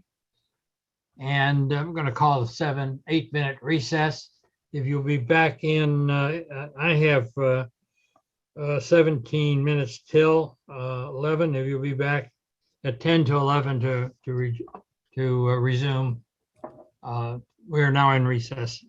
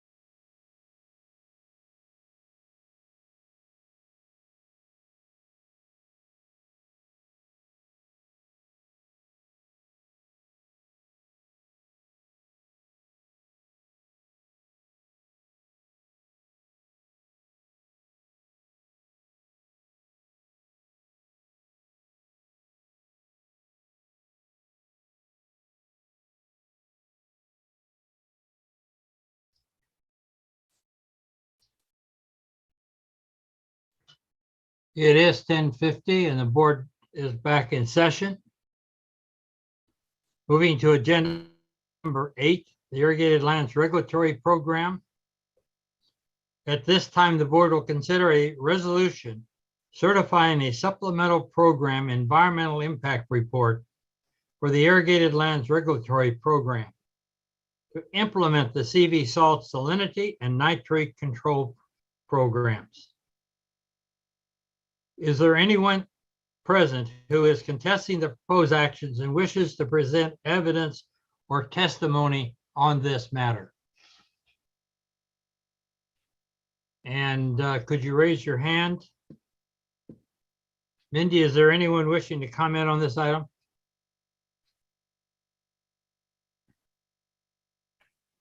Yes, there is. Very good. This meeting will be conducted in accordance with the notice of public hearing and the meeting procedures published with the meeting agenda. At this time, evidence should be introduced on Hey, whether. Dr. Longley? Yes.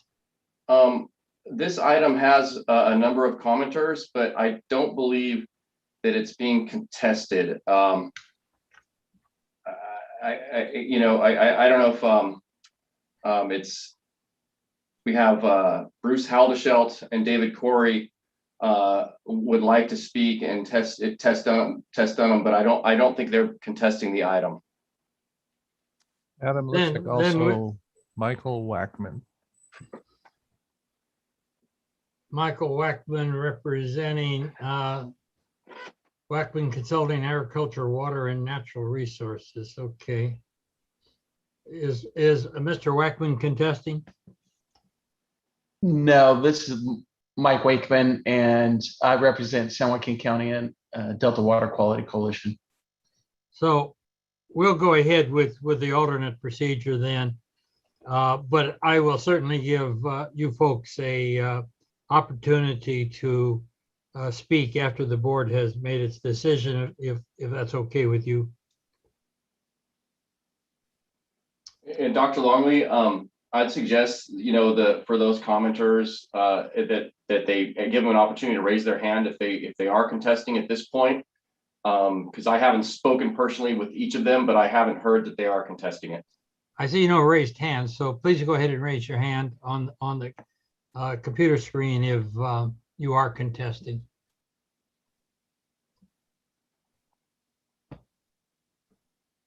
I see no raised hands. Okay, so I'll go ahead with the alternate procedure. Since there is no one present to contest this matter, the board will proceed based on the agenda materials in the record. Are there any late revisions or staff comments? No late revisions, Dr. Longley. Does council have any legal issues to discuss at this time? No, Chair Longley. Thank you. The hearing is now closed and the chair will entertain a motion to adopt the resolution.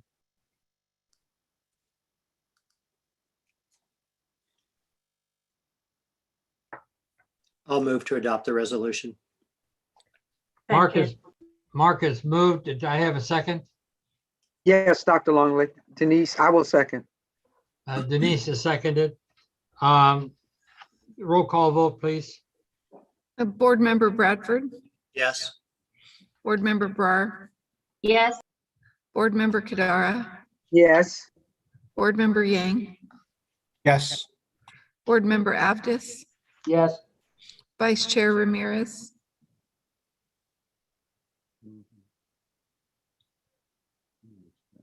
Vice Chair Ramirez, Apparently she's having computer problems. and Chair Longley. Yes. Motion carries. With that said, if any of the individuals previously named, Tess Dunham, Bruce Hodashield, David Corey, or Michael Wakeman, desire to make a comment at this time?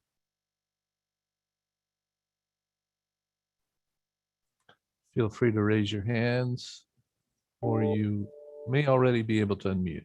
Go ahead, Tess. Thank you. Yes, I wasn't able to find the hand raise function, but I was able to unmute myself. Thank you all for the work on revising the irrigated lands orders to incorporate the CV salts requirements. Very much appreciate all the efforts. I just wanted to make a short comment today, and actually in response to some of the discussion that occurred with respect to earlier on, I think it may have been under the executive officer's report or member communications. And I know Board Member Yang and others had talked about reaching out to different ethnic organizations that are also in the farming community. And I just wanted to offer my assistance in making any connections for folks with Manuel Cunha, who represents the Nisei Farmers League, as well as the African American Farmers of California. Manuel has been a fixture in the Central Valley, helping minority farmers for a number of years. And so we absolutely have the ability to help connect you to some of those organizations. There's also considerable amount of work that's done by the University of California Cooperative Extension to assist small farmers, in particular small minority Asian farmers in the Hmong community and others. So just wanted to make sure for some of the newer board members that they are aware of these resources, and we'd be more than happy to help connect them to the resources available so we can have those conversations. Thank you very much. Thank you, Tess, and thank you for that offer. If you don't mind, we'd love to get more information through email. Thank you. Any further comments from the folks I mentioned, Bruce or David or Michael? Seeing none, we will move on to the next agenda item. Agenda item 9. Irrigated Lands Regulatory Program. At this time, the board will consider an order amending 8 waste discharge requirements orders for growers within the Central Valley that are members of a third-party group to implement the CV salts, salt and nitrate control program. This hearing will be conducted in accordance with the notice of public hearing and the meeting procedures published with the meeting agenda. This time, evidence should be introduced on whether the proposed action should be taken. All persons expecting to testify, raise your right hand and take the following oath. Anne. Very good. Do you swear the testimony you're about to give is the truth? If so, answer I do. Mr. Warren, I didn't hear you, but I saw your mouth move, so. I do. Thank you. Please state your name, address, affiliation, and whether you've taken the oath before testifying. Yes, these times of virtual communication have their challenges. Following the staff presentation, interested persons will be allowed 3 minutes each to address the board, and a timer will be used. Does council have any legal issues to discuss at this time? Yes, just one, Chair Longley. Board member Advis is enrolled in one of the ag orders, and I've looked at any potential conflict and determined that he can participate under the Political Reform Act because it does not rise to a material conflict that would prohibit him from participating. Thank you for that clarification. We'll now begin with the staff presentation.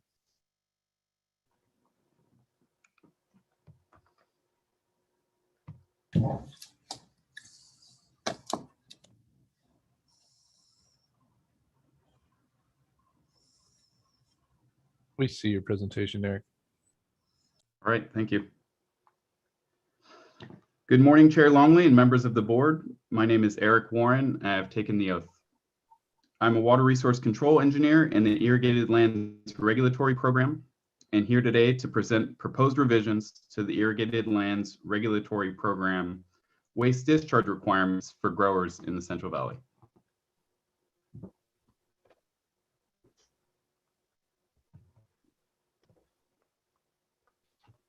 I'll start by providing some background info for the Irrigated Lands Regulatory Program, discuss the recent basin plan amendments that prompted our proposed revisions, highlight some key elements in the tentative orders, and end with a summary of the public comments received.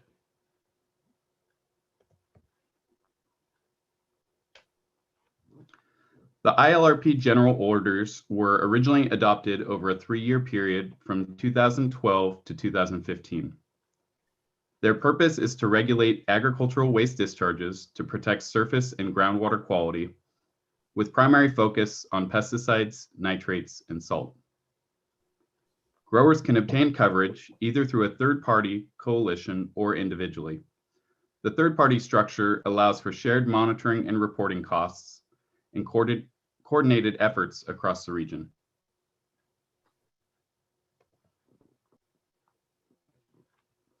Within the third-party general orders, the primary mechanisms for monitoring water quality are surface water monitoring plans, the groundwater quality trend monitoring program, and drinking water supply well monitoring.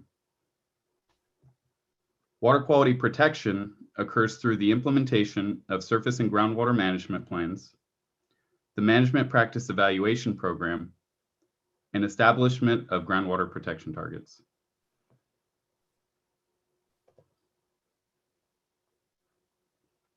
In May of 2018, the board adopted amendments to multiple water quality control plans in the region. The amendments were a result of more than a decade's worth of work by stakeholders to establish a strategy for addressing legacy and ongoing salt and nitrate accumulation issues. As part of the amendments, the Irrigated Lands Program general orders were specifically required to be updated to incorporate the new salt and nitrate control program by July of this year.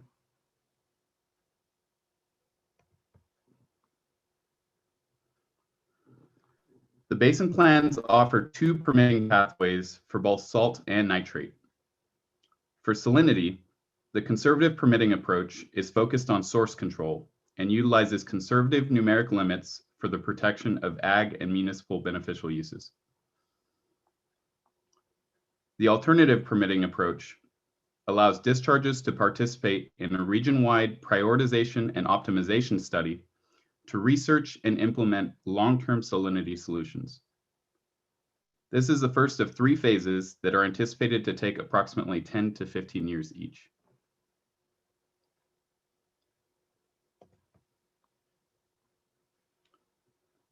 For nitrate, there is an individual permitting approach and a management zone permitting approach. In the context of the Irrigated Lands Program, which already has a third-party structure, the approaches are similar in that they both require assessment of member discharges' effect on water quality and actions to address nitrate impacts to groundwater and end users. The management zone approach allows for collaboration with other types of dischargers and has the added benefit of shared compliance costs.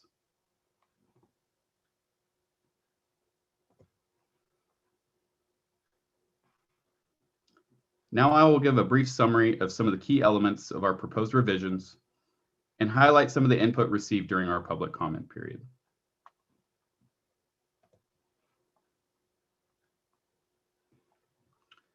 Under the SALT control program, the third party will be responsible for responding to the notice to comply and making the compliance pathway election. It will have the choice between either demonstrating how member discharges will comply with conservative salinity limits or participating in the prioritization and optimization study to help research and implement long-term salinity solutions. Under both options, the third party will support a new surveillance and monitoring program to assess current salinity levels and trends in the valley.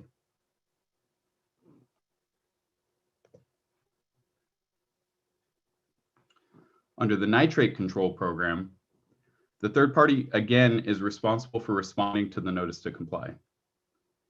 As mentioned previously, both pathways will require an assessment of member discharges and plans to address groundwater impacts resulting from them. Early action plans are a key component of this program and are designed to address the immediate drinking water needs of impacted users while long-term solutions are being developed.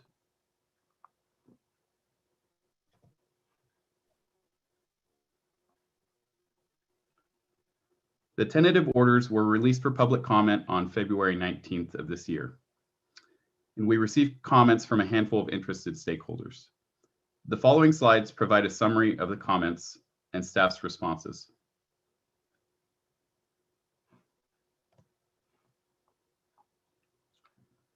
The California Rice Commission provided comments regarding identification of growers with a drinking water well, requested clarification regarding some of the dates in the tentative order, and identified a redundancy in one of the reporting requirements.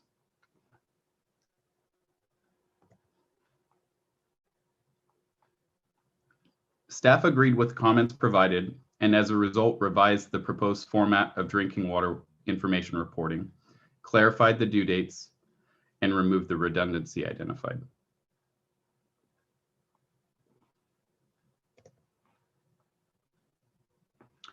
A second joint comment letter was received from Clean Water Action, Community Water Center, and Leadership Council for Justice and Accountability.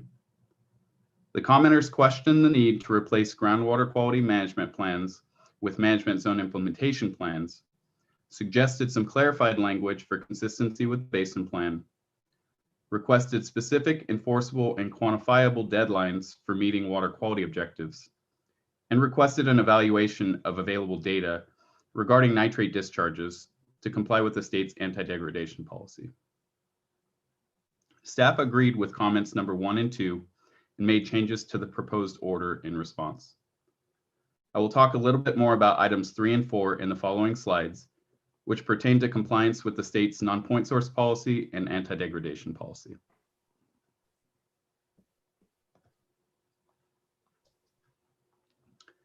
With regards to compliance with the non-point source policy, the receiving water limits remain unchanged with respect to surface and groundwater management plans in the existing 10-year time schedule for compliance. The management plans currently in place contain these elements and were determined by State Board to comply with the non-point source policy. The proposed revisions do provide a pathway to extend this timeline through implementation of alternative compliance projects and management zone implementation plans. These items will require separate board approval and enforceable and quantifiable interim deadlines and final deadlines for discharges to cease causing or contributing to exceedances of water quality objectives are listed as minimum elements. So will the concerns of the commenter be addressed during the period that item is out for review under those future meetings you're discussing? Or you described? Yes, at the time that the board is considering those exceptions, they will be able to assess, or staff will also be assessing whether those comply with the non-point source policy. Okay.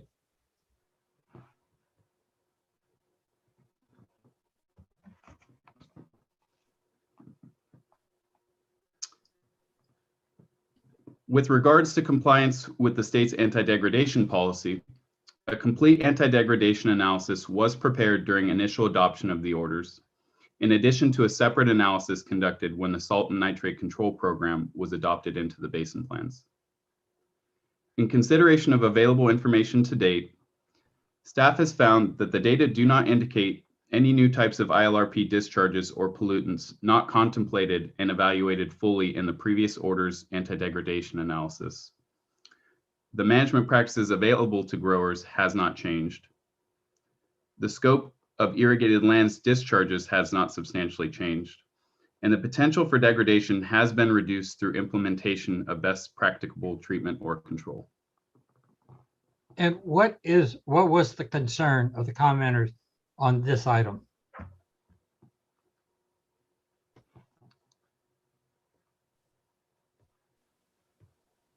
Jessica, do you mind speaking to that? Of course. They were concerned that there wasn't another anti-degradation analysis done when we updated these orders. That, however, it wasn't needed because kind of the analysis has not changed since before. As we move forward in the program and do future orders like the management zone proposals, we will look at those again to determine whether a new anti-degradation analysis is needed at that point. However, right now, the analysis that we've done previously is still the current best analysis. And so we did not do anything new in this amendment. Thank you.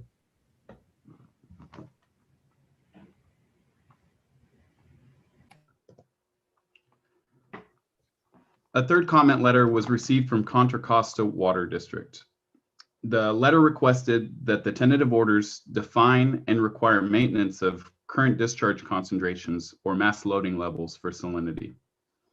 It additionally opposed existing language regarding the executive officer's ability to make determinations that surface water management plans are not required. Let's go back to that. And so what are we going to do about those two items? Do we go along with the comments or do we make changes? Are you referring to the previous comments about The definition and maintenance of current discharge concentrations or mass loading? Oh yeah, my next slide will Okay, just I'm sorry. describe I'm getting ahead of you. Go ahead. With regards to implementation of discharge limits for salinity, the basin plan specified that implementation of such limits is at the discretion of the water board, and staff is not making that recommendation at this time. The tentative orders do require members to implement reasonable, feasible, and practicable efforts to control salinity and require coalitions to continue monitoring to evaluate water quality trends over time. Okay, but I think that said that the executive officer should not be required to require those management plans. Am I correct? Yes, sorry, I wasn't sure what you were referring to. I have another response to that comment. Okay, I'm getting way ahead of you here. Go ahead. No worries. To address the district's concern regarding executive officer determinations for management plans, staff added a public comment period for any determinations to be made and clarified that they will be made based on sufficient evidence. And I believe in discussions, depending on the specific management plan in question, we'd be fine bringing informational items to the board if they would like to weigh in on. Yeah, well, to date we have not made that determination.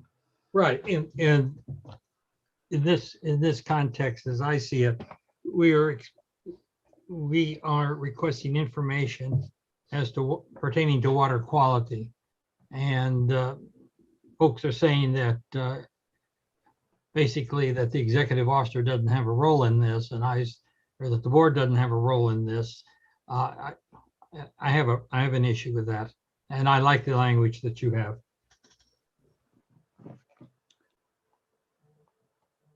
Thanks. I'll continue. The last comment letter was submitted by the City of Sacramento Department of Utilities on behalf of the Sacramento River Source Water Protection Program, which shared Contra Costa Water District's concern regarding management plan determinations. As previously stated, staff has added a public comment period for management plan determinations to be made and clarified that any such determinations will be based on sufficient evidence.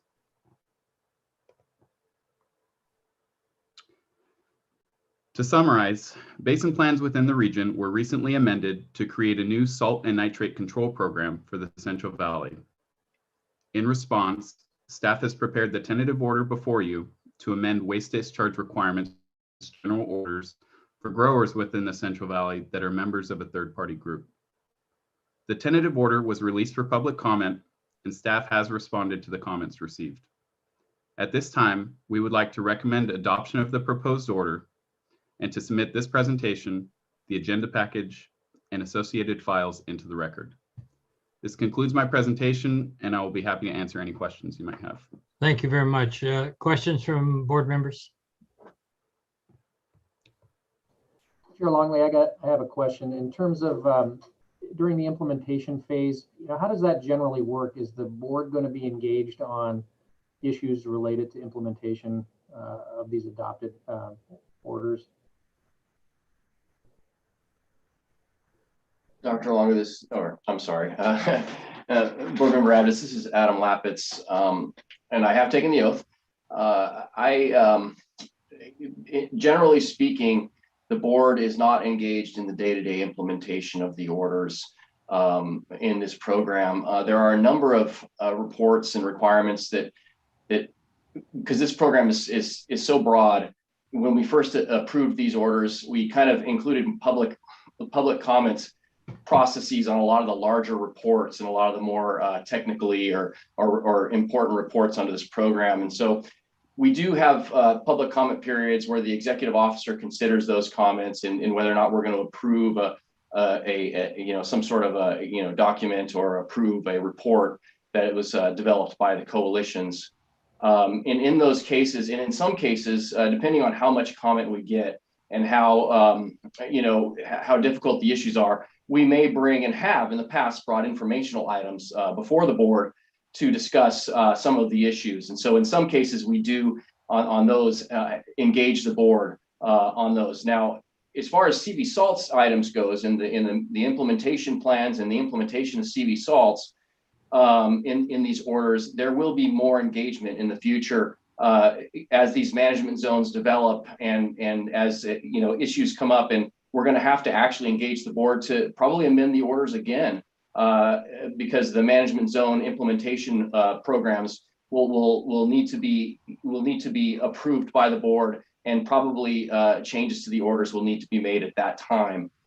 So I think the short answer is that day-to-day activities we don't generally engage the board on the larger reports and on some of these CV salts items and those things. We will be engaging the board, especially on some of the more difficult issues.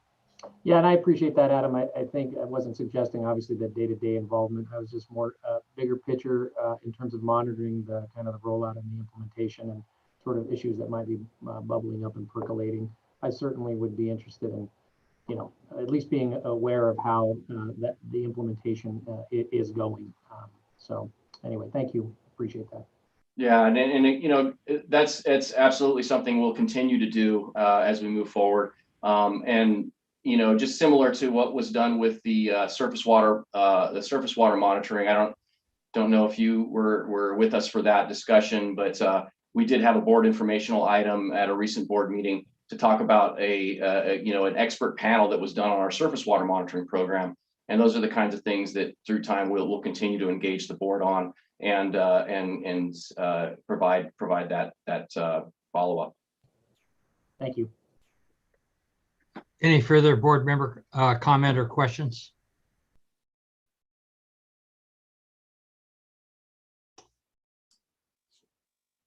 Very good. We'll now hear from any person interested who is not a party to this proceeding, but who wishes to comment. Mindy, are there any interested persons wishing to comment on this item?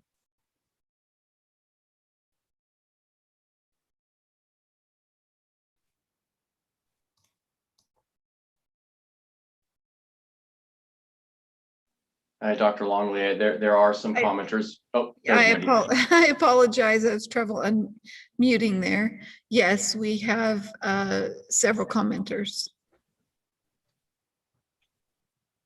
Very good. So the first person on the list is Tess Dunham. Yes, let's start with Tess. Tess, you're unmuted. And have you taken the oath, Tess?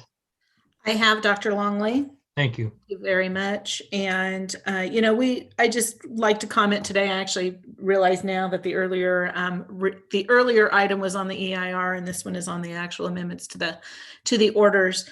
And I just wanted to share that, regardless of the basin plan amendments, which are incorporating the requirements for the basin plan now, the ILRPs have been heavily involved and engaged in the implementation of the CV salts basin plan amendments that were adopted by you all back in 2018 and approved by the State Water Board in 2019. We have been working very diligently in the priority management zone areas, developing management zones, preparing management zone proposals, early action plans, and also heavily involved in the development of the prioritization and optimization study, the work plan that's been approved for the SALT program. So I understand, we are fine with the revisions that have been proposed, including changes that have been made in response to some of the comments received by others. And so we are supportive of adoption of these revisions in the orders today. The board members that don't follow the CV salts daily, like Chair Longley, that you all recognize that these codify what's already been going on. And we've all been working diligently and deftly in responding to all of the different requirements in the Basin Plan amendments.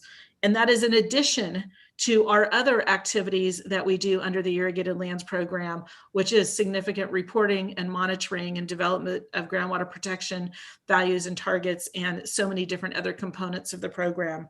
So these are just in addition to the many other efforts that we have going on and support adoption, and look forward to working with you all as we continue to implement the programs moving forward. Thank you very much. Any questions for Tess Dunham? Thank you for your comments, Tess. Thank you very much. Any further questions or comments? Hearing none, moving on to Bruce Hodashield, Director of Water Quality for Northern California Water Association. Yeah, thank you, Mr. Chairman. And I want to echo what Tess said. There's CV salts like basin plans.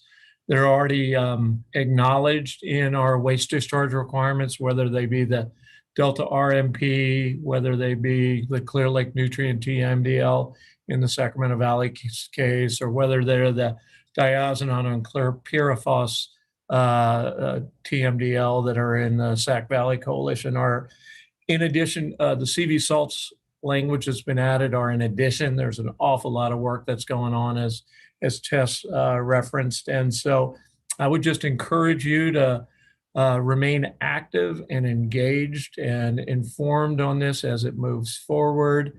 Management zones may change. Some may be added and some may go away, but I would just, as the implementation of this moves forward, I just ask for you to remain active, informed, and engaged.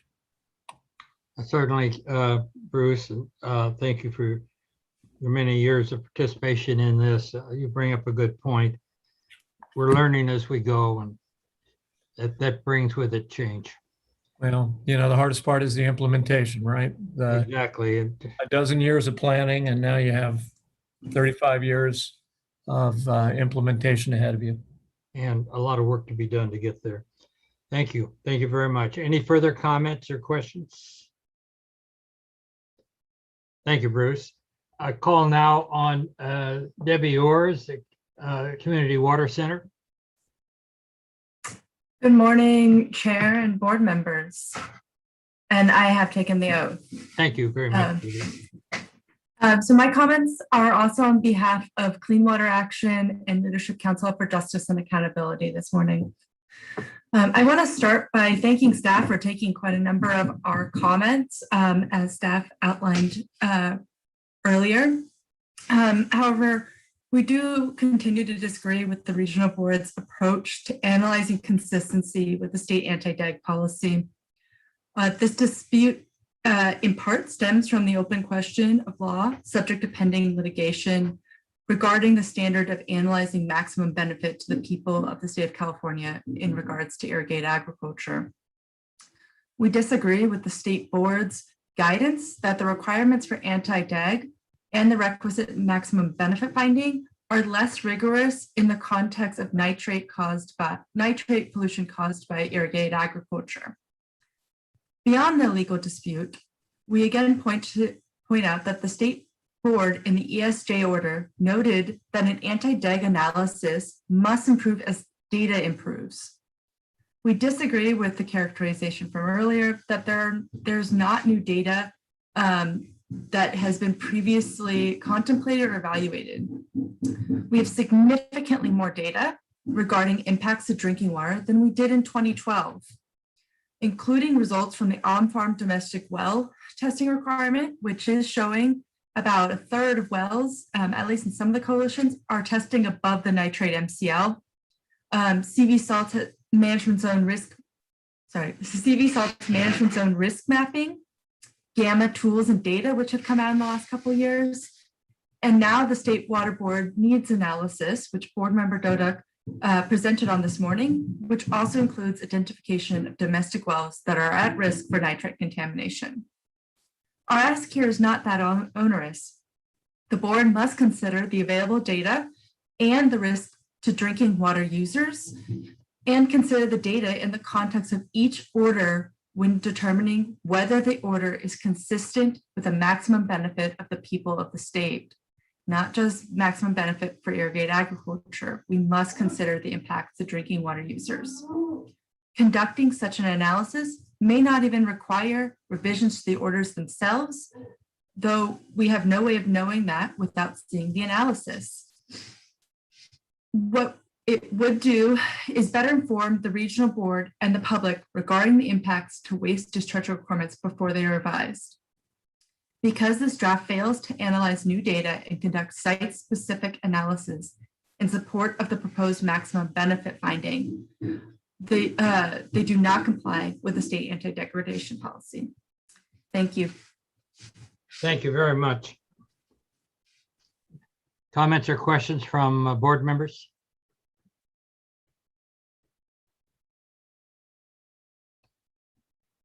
Hearing none. Patrick, do you have any comments on the comments that Debbie just made?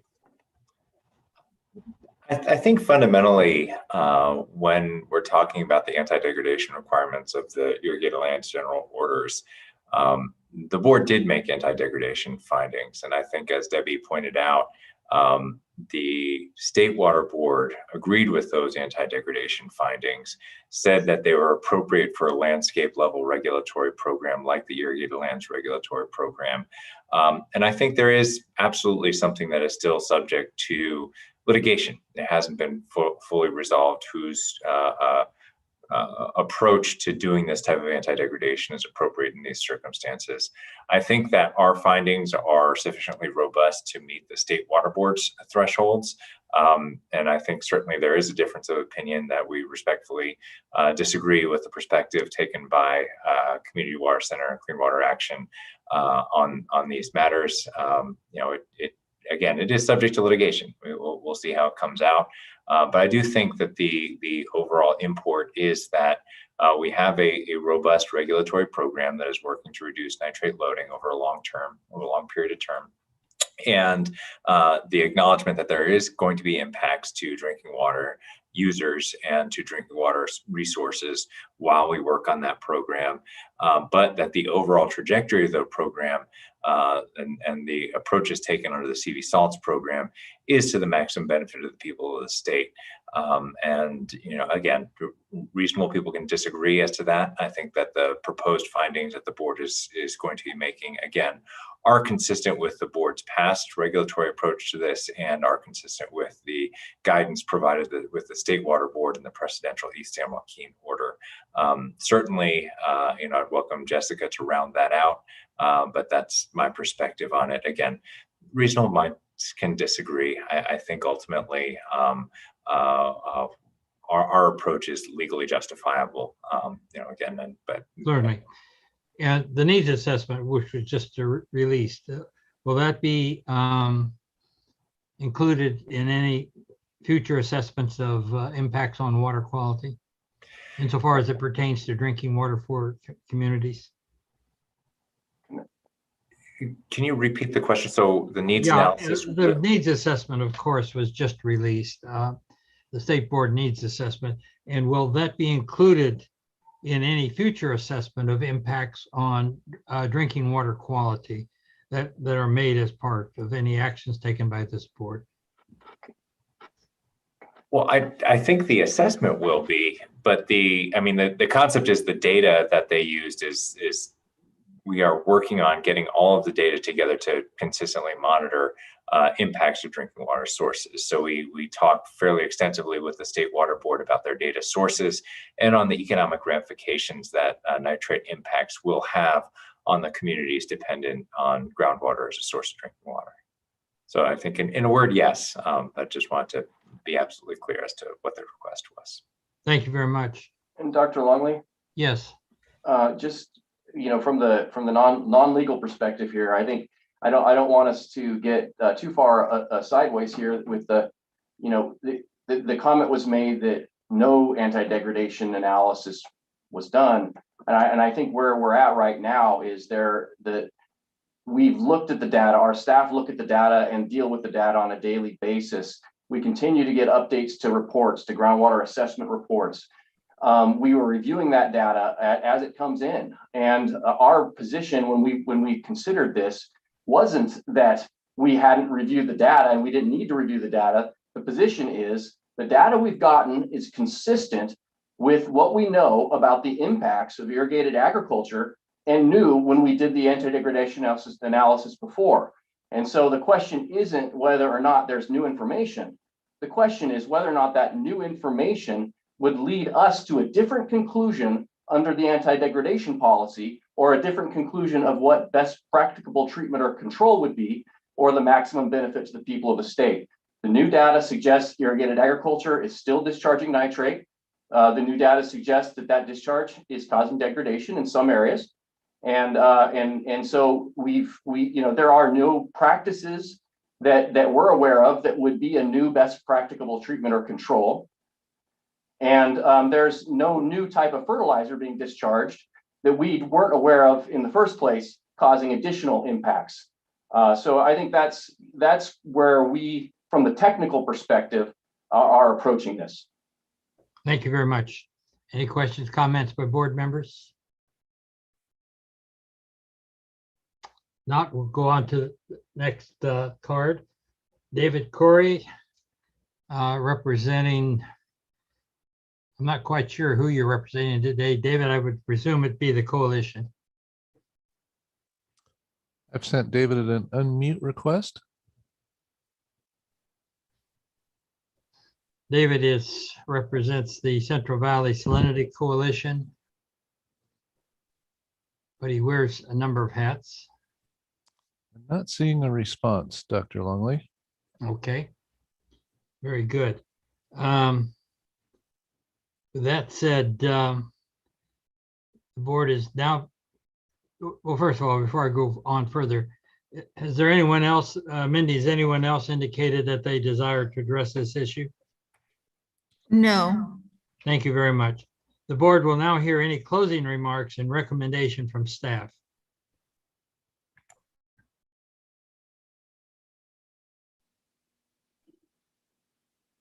Dr. Longley, if staff, if Eric doesn't have any closing remarks, I don't have any additional closing remarks, and I would look to the executive officer for a recommendation. Very good. We'll go then to Patrick for an executive officer recommendation. No, well, absolutely understanding that there are differences of opinion as to the application of the anti-degradation policy. These orders and the orders that are before you today represent a significant step forward in the implementation of the CV Salts regulatory program. As you recall, the way we structured some of the key enforcement mechanisms of the CV Salts program, the conditional prohibition, the thought was that we did not include irrigated lands in the conditional prohibition because revising these orders would be the #1 priority of the regional board as we move forward towards implementation. That's what's before you today. These are the orders that we are amending to give real teeth, as if there weren't teeth already, to the CV Salts requirements that the irrigated agriculture is already working diligently to comply with. So it is my heartfelt recommendation that these edits will serve the public, will protect water quality, and will significantly advance the state's interest in safe, clean, and affordable drinking water while maintaining the integrity of the agricultural industry within the Central Valley. Thank you very much. Before I close the hearing, board members have any questions or comments for the hearing? None. I'll go ahead and close the hearing, and looking for a motion to approve. And certainly if you have any questions or comments, you can make them at this time also.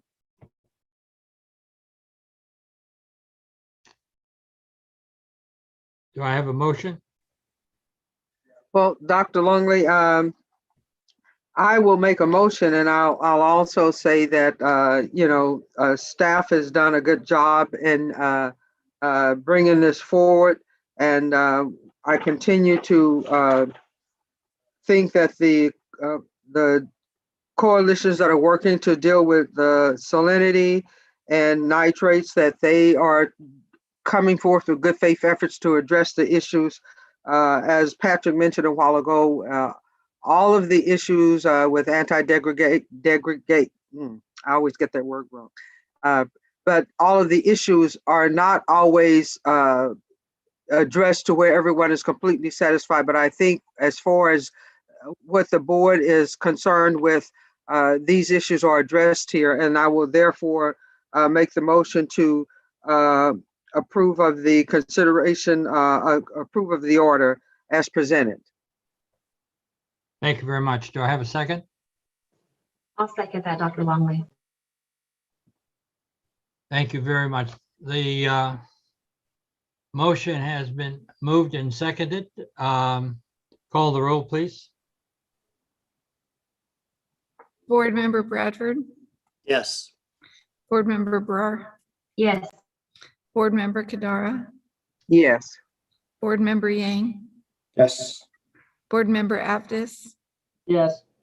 Vice Chair Ramirez, Yes. and Chair Longley. Yes. Motion carries.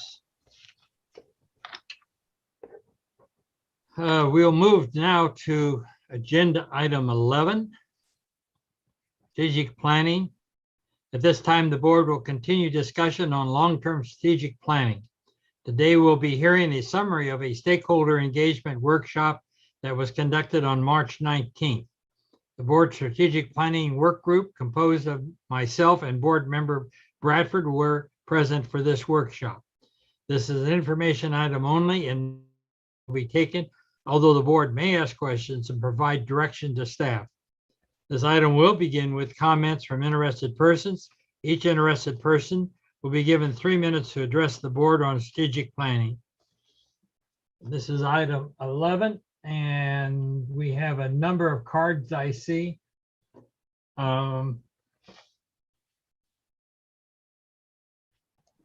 So I don't know if we have any cards, Carl, but we do have each one of the strategic planning committee or many of the strategic that's what planning it is. will make a Okay. presentation. I'm looking at the worksheet here on the Excel file, and I'll start off with Clint Slider with slides 1 through 6. Okay. Very good. All right. Good morning, Dr. Longley and members of the board. My name is Clint Snyder. Actually, I should wait a second. Gene, you have an opportunity to pull that presentation up. I do. Here you go.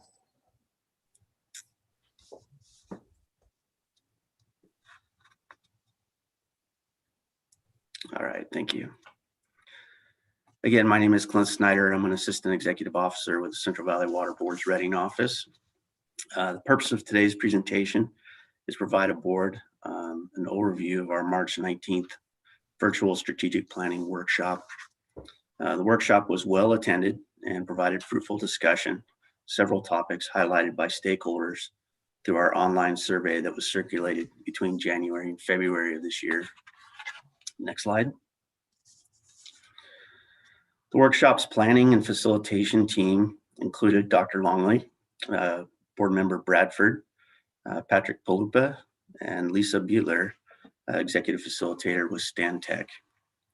Other members of the Central Valley Water Board Strategic Planning Committee include Chris Flower, Christine Croyle, Lynn Coster, Maxine Cottrell, Rebecca Asami, and Jonathan Muir. You'll hear from each of these folks today during the presentation, except for Maxine. She's away from the office this week. Next slide.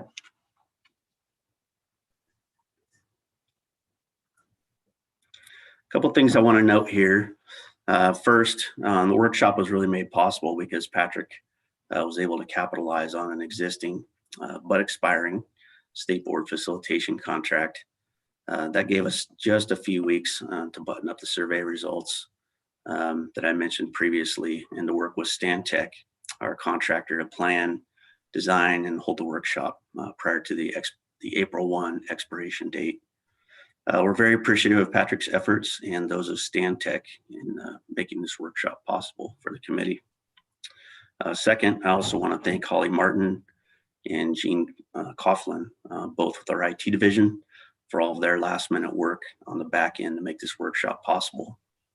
Holly in particular put a lot of work into designing the invitation you see here and preparing our web page and a lot of other sort of nuts and bolts that are required to put on these Zoom / YouTube meetings. So thank you both. Next slide. The March 19 workshop was held virtually from 9 to noon. Workshop was well attended by about 59 participants who actively engaged in the Zoom session, and then another 143 or so who participated via the YouTube live stream. Participants had an opportunity. They could email in questions that we would answer. They could provide comment throughout the presentation or the workshop.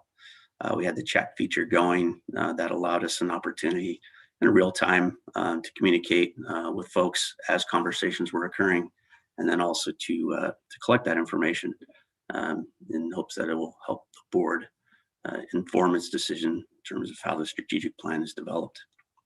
And then, of course, the summary. Be prepared, and that's really what we're doing here today. You'll hear a lot more about all of these things as we move through the presentation. I'm just trying to give you a sense of what you'll be hearing today. Next slide. Goals of the workshop were pretty straightforward. We wanted to explore opportunities to increase satisfaction with the board's decision-making process, one of the things that were highlighted throughout the survey. We also wanted to build an enhanced understanding of stakeholder priorities and issues, and then refine those concepts for potential inclusion in the regional board strategic plan. Again, here discussed today. Next slide. Workshop agenda topics included an overview of the Central Valley Water Board's roles and responsibilities and how we relate to other similarly positioned agencies with water in their names. As many of you know, there's often a lot of confusion between the State Water Board, its divisions and offices, and the regional water boards. And then, of course, there's the Department of Water Resources and others. So Patrick provided a good overview of that, which he'll be doing today as well. We also walked through a strategic planning process and timeline. Again, you'll be hearing more about that. And then we focused on 6 discussion topics. Each of the committee members will be taking one of those today and providing you a summary of the topic itself, and then some of the feedback that we received from the stakeholders who participated in the workshop. So with that, I want to pass the mic over to Patrick, who will cover the next few slides. All right, next slide. Thanks so much, Clint. My gratitude does go out to all the members of the Strategic Planning Committee who helped put this presentation together, and Stantec, who helped facilitate it. I'll also add we'll all send best of luck out to Maxine today. The reason that she's not here is she's taking her PE exam, so everybody's got well wishes going out to her. She's been instrumental in doing a lot of the review as part of the Strategic Planning Committee, as many of the other folks on this presentation are as well.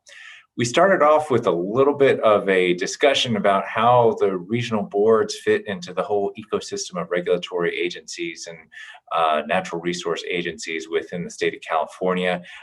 Many of the comments that we got indicated that there was some confusion, and rightly so, about what the regional board's role was. As you can see here, we're one of many entities that regulate water quality in some fashion or another in the state of California, including US EPA, CDPH, Army Corps of Engineers, Bureau of Reclamation, Department of Conservation. each and every one of the California counties, the State Water Resources Control Board, and the Department of Water Resources. There are many others as well that we interact with on a regular basis, but just want to kind of highlight that. Next slide. And even within the regional boards and the structure and the state water board structure, there's a lot of confusion as to how we are laid out.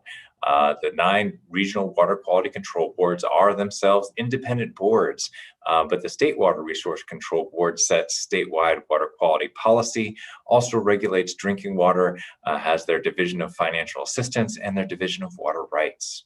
Next slide. And here we are amongst the other regional boards, describing us as, the biggest regional board is often kind of front and center. We're 42% of the land mass of California, and some of the most critical water quality issues take place here in the Central Valley, from timber and irrigated ag throughout the region, to oil fields, to disadvantaged communities. The Central Valley Water Board has a little bit of everything. With the possible exception, we don't have too much coastline, but just about every other water quality issue experienced in the state of California is experienced here in the Central Valley. I'll then hand it over to Lynn Coster, who will take it from slide 10 on. Next slide. Okay. Oh, one more. Sorry, my apologies. Turning it over just one slide too early. Just to describe where we are in the process. You'll see the highlighted stakeholder forum. That's what we held back in March. We would have loved to do it at this board meeting, but again, we had some contract funds. Those contract funds actually had to be burned by April 1st. So that's why we scrambled. And again, the Strategic Planning Committee was able to respond really quickly to design a interactive stakeholder forum on very, very short notice, work with Stantec to get that up and running and get some meaningful feedback. Recall that all the way on the left of this slide, this effort began in August of 2019 as we initiated the strategic planning effort. In the fall of 2019, we all sat around the table in Reading, or the board members that are still with us from that particular board cohort, to strategize about our vision statement, our mission statement. They are up on the website right now. We had strategy sessions with the board and the Strategic Planning Committee to talk about strengths, weaknesses, opportunities, and threats. We went forward with a little bit of a break as COVID began to hit, but in the summer of 2020, we began in earnest again with members of the Strategic Planning Committee reaching out to the water quality programs, each and every one of the 18 water quality programs, to hear about what their opportunities were, how they could play a role in the development of strategic objectives. We devised an outreach plan that included a stakeholder forum. We were lucky enough to have Stantec help us get that forum up and running. In the fall and winter of 2020 and 2021, we presented program summaries to you. We developed a stakeholder survey, which we'll be discussing in a little bit more in depth later on in this presentation. We had the stakeholder forum in March, as I mentioned. And next up in the summer of 2021, coming up into the June board meeting, we're going to be talking grand strategy with you folks to put some big strategies on your plate to talk about what we want to include in the strategic plan.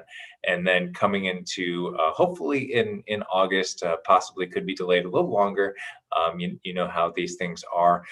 Finalize and approve the strategic plan and have a document that's usable for the next 5 to 7 years. And with that, I will turn it over to Lynn Coster for the next few slides in the presentation. Hey, good morning, Dr. Longley and members of the board. I'm Lynn Coster, and I'm one of the Strategic Planning Committee members, and I will present the next few slides. The primary means of obtaining stakeholder input on the board's priorities and involvement was through a survey that the Strategic Planning Committee designed. The survey was open from January 11th through February 22nd, and 456 responses were received, which included both external and internal staff feedback. Responses were received from throughout the region, and participants had a wide range of program interests and affiliations with the board. Next slide, please.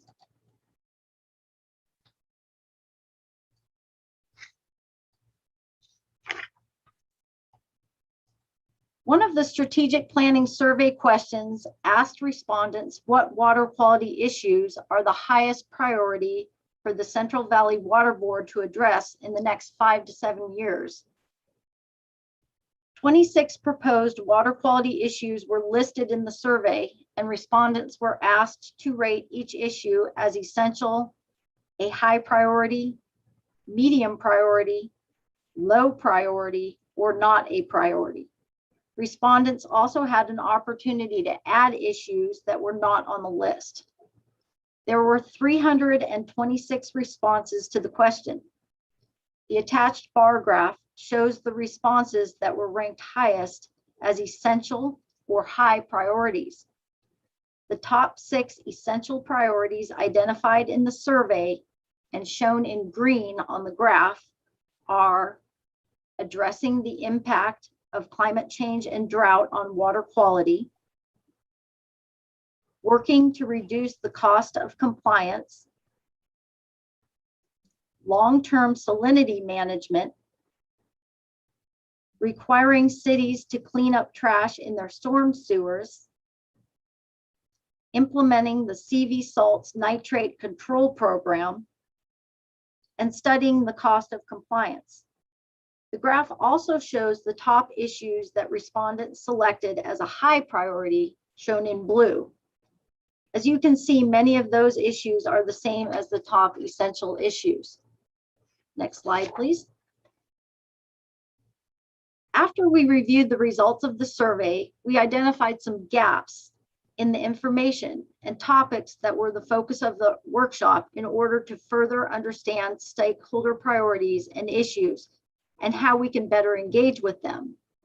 The topics discussed were stakeholder satisfaction, concerns of the underserved or underrepresented communities, climate change and drought, the cost of compliance, special concerns such as zero trash and homelessness, and finally, stakeholder engagement following COVID. We'll explain each topic in more detail during the following discussion. Next slide, please. The first topic discussed was increasing stakeholder satisfaction with board processes. Next slide, please. The survey asked for input on familiarity with the Central Valley Water Board's 19 program areas. There were 361 responses to this question. The graph shows the compilation of not so familiar and not at all familiar responses. As shown, some of the programs that respondents were most unfamiliar with include the oil field program, mines program, administrative support, the cannabis program, and the forest activities program. The results of this question show a lack of familiarity with many of our programs and prompted us to ask for additional feedback on engaging stakeholders with board processes. Next slide, please.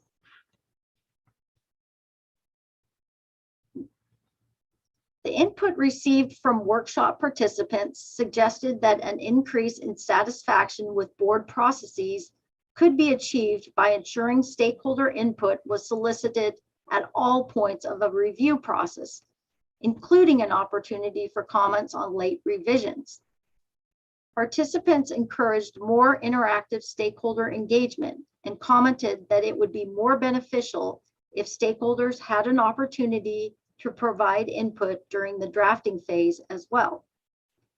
I'm now going to turn the presentation over to Rebecca.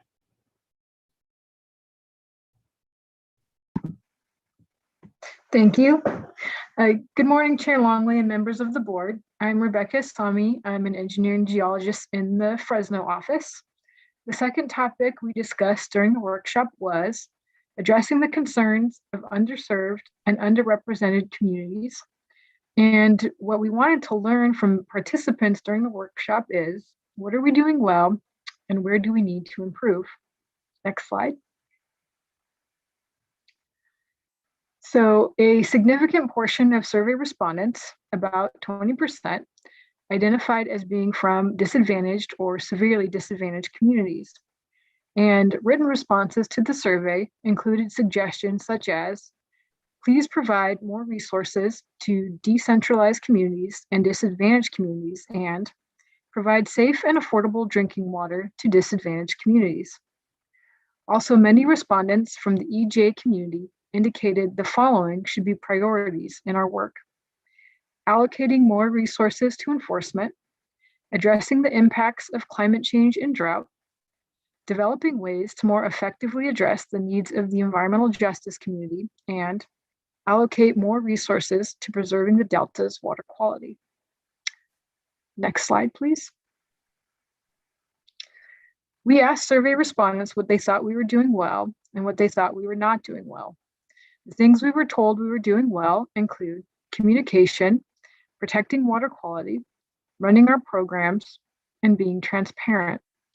However, engagement was identified as both something we were doing well and an area where we need to improve. Next slide.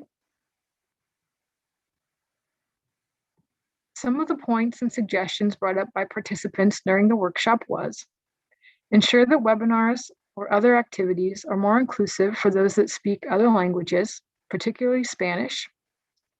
Work with the disadvantaged communities more, especially in the CV Salts program, since those communities are often more heavily impacted by pollutants. Increase both the frequency and quality of communication, and there was some discussion regarding ADA compliance documents and issues with navigating our website. That concludes topic 2. Now I'll pass it off to the next presenter. Thank you. Thank you, Rebecca. Good morning, Chair Longley and members of the board. My name is Chris Flower, and I'm an engineering geologist in the Rancho Cordova office. The third topic we discussed with the stakeholders revolved around climate change and drought and developing strategies to help people and resources threatened by climate change. Next slide, please. So as Lynn noted earlier, one of the questions asked in the stakeholder survey was, what water quality issues are the highest priority for the Central Valley Water Board to address in the next 5 to 7 years? So this slide shows a graphical summary of responses to this question. And as you can see, climate change and drought impacts, as well as long-term salinity management, received the most high or essential responses from the stakeholders. Water supply and water quality are critical and intertwined issues, and we understand the concerns from stakeholders regarding climate change, drought, and salinity management. Next slide, please. The survey also allowed stakeholders to include additional commentary to support their selected responses. As shown here, several respondents noted the significant impact climate change may have on water quality and the importance for climate change planning. Next slide, please. So tying some of this together, the Central Valley Water Board staff foresee extensive internal and external collaborative work between multiple agencies to assess threats from climate change. Also, Central Valley Water Board staff anticipate increased engagement with the Progressive Fire Resiliency Plan to support combating climate change. And lastly, we foresee an increase in opportunities to obtain grant funding to mitigate climate impact. And that's the end of topic 3, and I'll hand it off to Christine Croyle, who will present topics 4 and 5. Thank you, Chris. Good morning, Chair Longley and members of the board. I am Christine Croyle, and the next topic we discussed in the workshop was considering the cost of compliance, strategic options, and methods for addressing costs. Next slide, please. Within the survey, we received many comments regarding the cost of compliance and the need for it to come down, specifically from small farm owners and businesses. Of the 326 respondents, 55% rated working to reduce the cost of compliance for permittees as high or essential priority, and it was the #1 priority for permittees at 77.5%. Next slide, please. We asked respondents, in what other ways should we be considering the cost associated with compliance? Feedback that we received from the workshop was, the board should be looking at the models used in the wetlands management and water quality monitoring programs. Cost should be commensurate to risk. Farmers have left farming because of the regulations, And do the politics involved inhibit our ability to solve these problems?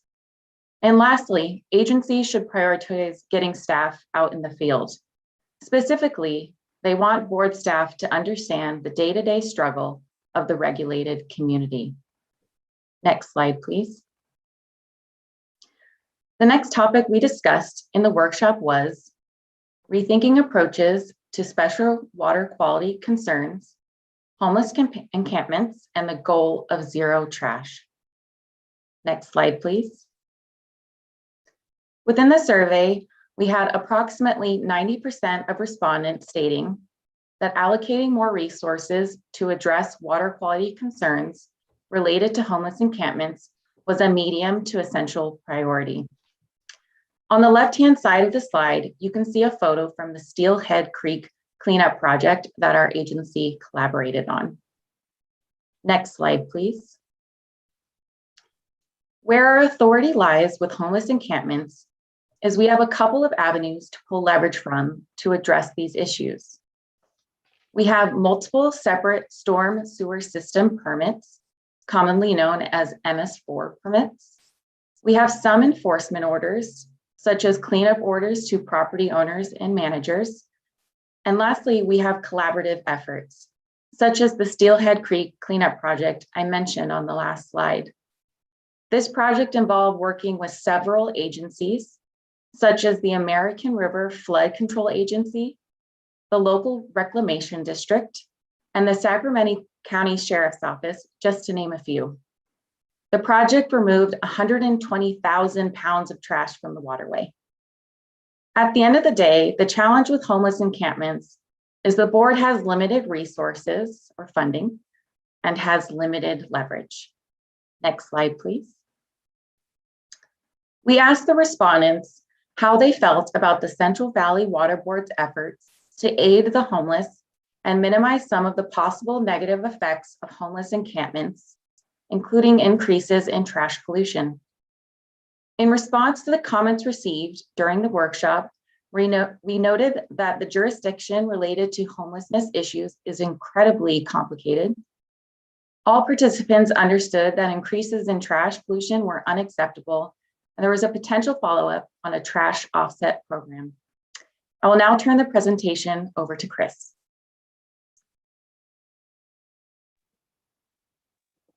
Thank you, Christine. Next slide, please. So the sixth and final topic we covered with the stakeholders included a discussion of engagement and what we've learned about engagement during the COVID-19 pandemic. Next slide, please. So one of the questions asked in the stakeholder survey was, what do you believe the Central Valley Water Board is not doing well? This slide presents a brief selection of comments from the stakeholders. As you can see, many stakeholders shared that they appreciate the additional engagement opportunities rolled out by staff during the COVID-19 pandemic, which included increased virtual meetings and other remote engagement opportunities. In addition, stakeholders noted the importance for Central Valley Water Board staff to develop plans to address racial inequality and address environmental justice. Next slide, please. During the stakeholder outreach session, our facilitator surveyed the attendees to understand how their interaction with the board changed during the pandemic. The chart on this slide summarizes the attendee responses. And as you can see, 26% indicated they interacted less, 30% indicated they interacted more, and 44% indicated they interacted about the same with the board during the pandemic. Next slide, please. Feedback from stakeholders regarding this topic during the session include realizing that while virtual meetings make for a more accessible environment, some of the components of in-person meetings, like body language or other nuances, are lost in a virtual setting. Also, during stakeholder engagement meetings, several stakeholders noted that they would not have attended the event if it was held in person. This was both due to COVID and travel distance. And of note, we had stakeholders from all reaches of the region in attendance during the session. Some stakeholders also shared experiences with other agencies like the Air District that hosted hybrid meetings, virtual and in person, that may be worth reviewing. Lastly, stakeholders also noted that virtual meetings regarding judicial matters can be exceptionally complicated, especially for enforcement matters. And with that, I'll hand off to Patrick to discuss strategic priorities. All right, next slide.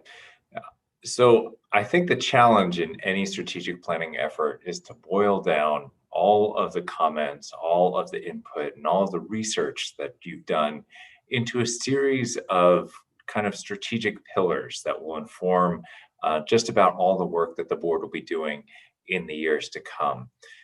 On the screen right now, I think what you can see is my attempt to do that. And this is a discussion that we will continue to have in the June board meeting. But I want to kind of preview some of the emergent themes that we see coming out of the strategic planning session, coming out of all the work that we've been doing, and coming out of the discussions that we've had with you. First and foremost, I think, is a concept of adaptive prioritization.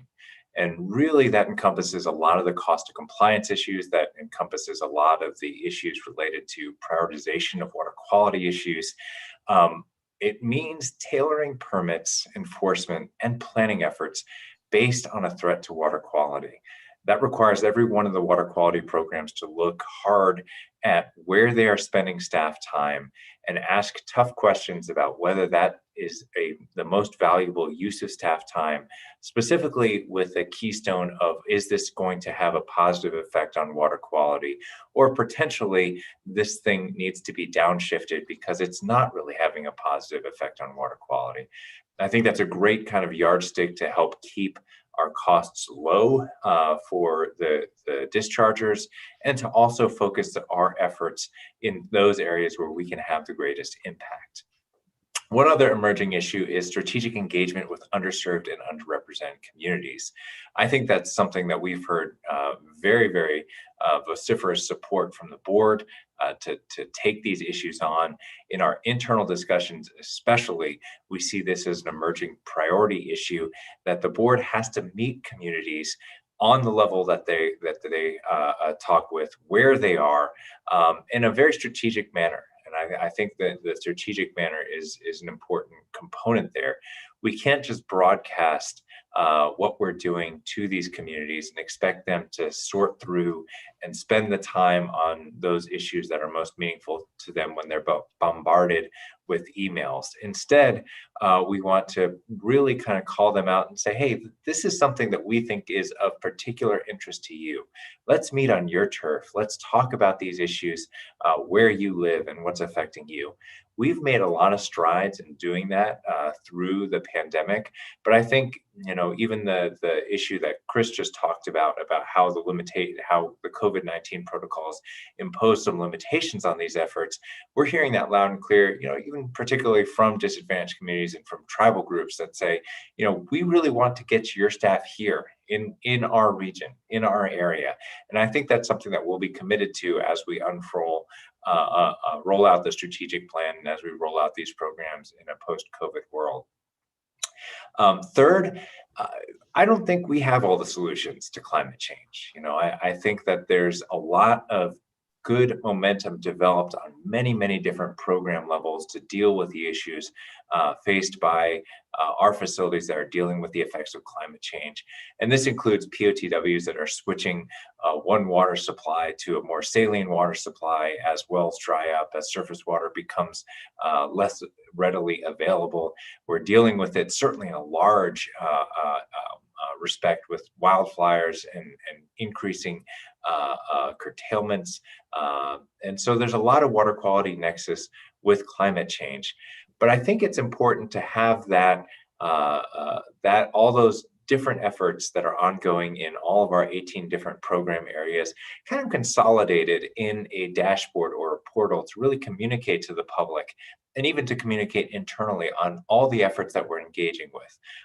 Again, we're going to be taking the lead from a lot of other agencies as they work on these issues, the Air Board or CAL FIRE or Natural Resources, but we are playing a key role in developing the strategies, in a supporting role to develop these strategies. So the concept would be to develop a portal, to develop a dashboard that we can kind of relay our efforts in a comprehensive manner to people who are curious about what we're doing with respect to climate change. And lastly, I think this is really key. It's not necessarily an outward facing issue, but more of an inward-facing issue that has a lot of ramifications on how we kind of structure our programs and how we operate internally, is to improve the processes to achieve greater efficiency and higher employee engagement within our organization itself. There were distinctions between what the dischargers viewed as the top priority issues and what our staff viewed as top priority issues. I think some of that is absolutely appropriate. One of the areas is in achieving greater workforce diversity and a greater emphasis on racial equity in the decisions that the board makes. My personal opinion is that if we can make those corrections internally, it will allow the board to operate with more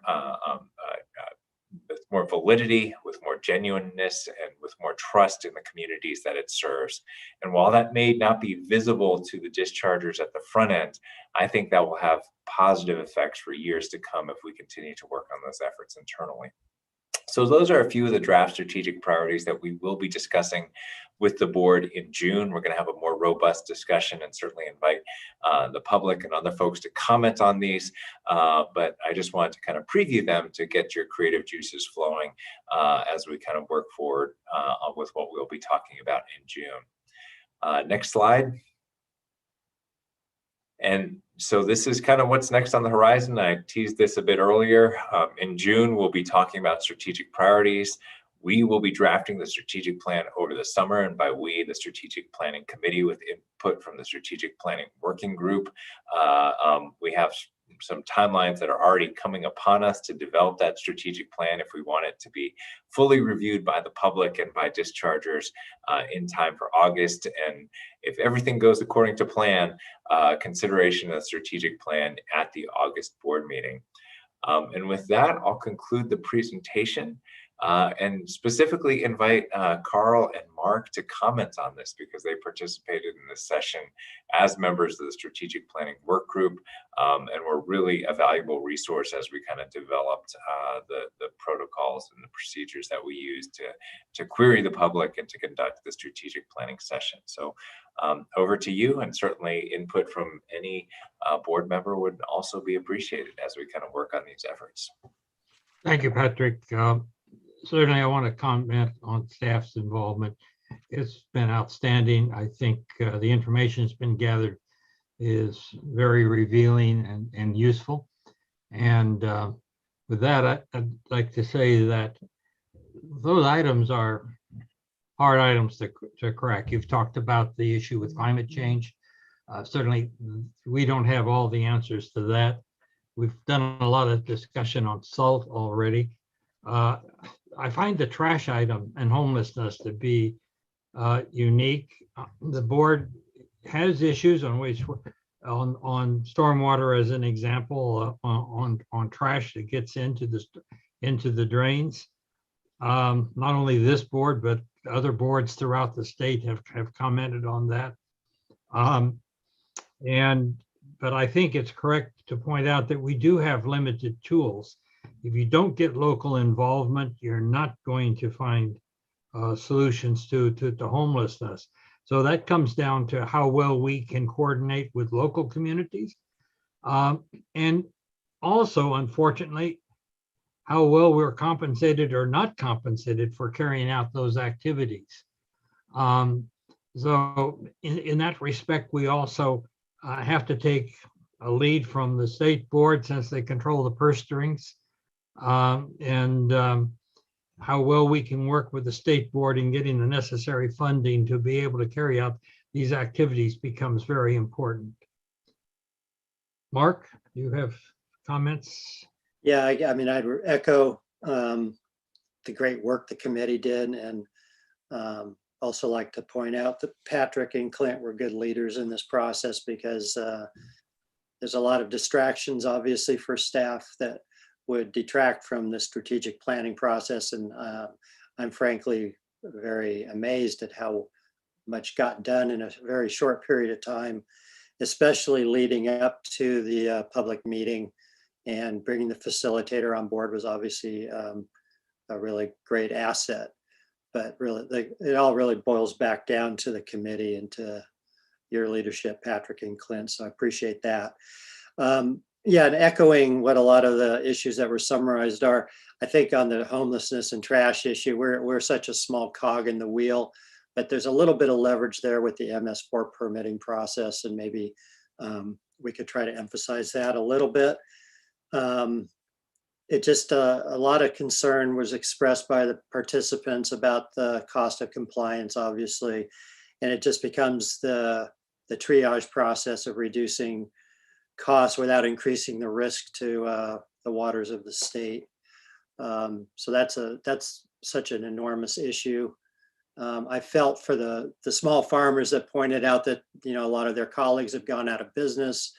They've been swallowed up by bigger farms because cost of compliance type issues, and not just with the regional board, with, you know, the overall bureaucracy that small farmers have to face in getting their permits and paying their fees and so forth. So anyway, I think all of these issues just highlighted the need for a strategic plan. And it's easy to get distracted on day-to-day activities, but to have a 5-year roadmap, I think is important for an organization like this. And I look forward to seeing it approved in August if we can stay on track. Thank you, Mark, and I have to join you in praising our leadership, Patrick and Clint. Also, they saw to it that we selected a good individual to moderate this group, facilitate this group. I've worked with Lisa in the past, and she does a damn good job. I can certainly attest to that. Any comments by board members? I'll jump in Yeah. here. Oh, Go ahead. sorry, Denise. You go ahead this time. I cut you off the last time. You go this time. You're the new board member. You go ahead. Well, thank you. You're too kind. So just a couple of comments. As the new board member and someone who continues to drink through a fire hose as it relates to issues before the board, I thought that this was a great presentation, and sort of doing some of the background reading on the strategic planning efforts certainly for me has really focused my attention to issue areas. I mean, we're not an agency, an organization with infinite resources. In terms of the priorities, I really appreciate that slide and do want to touch on a few points.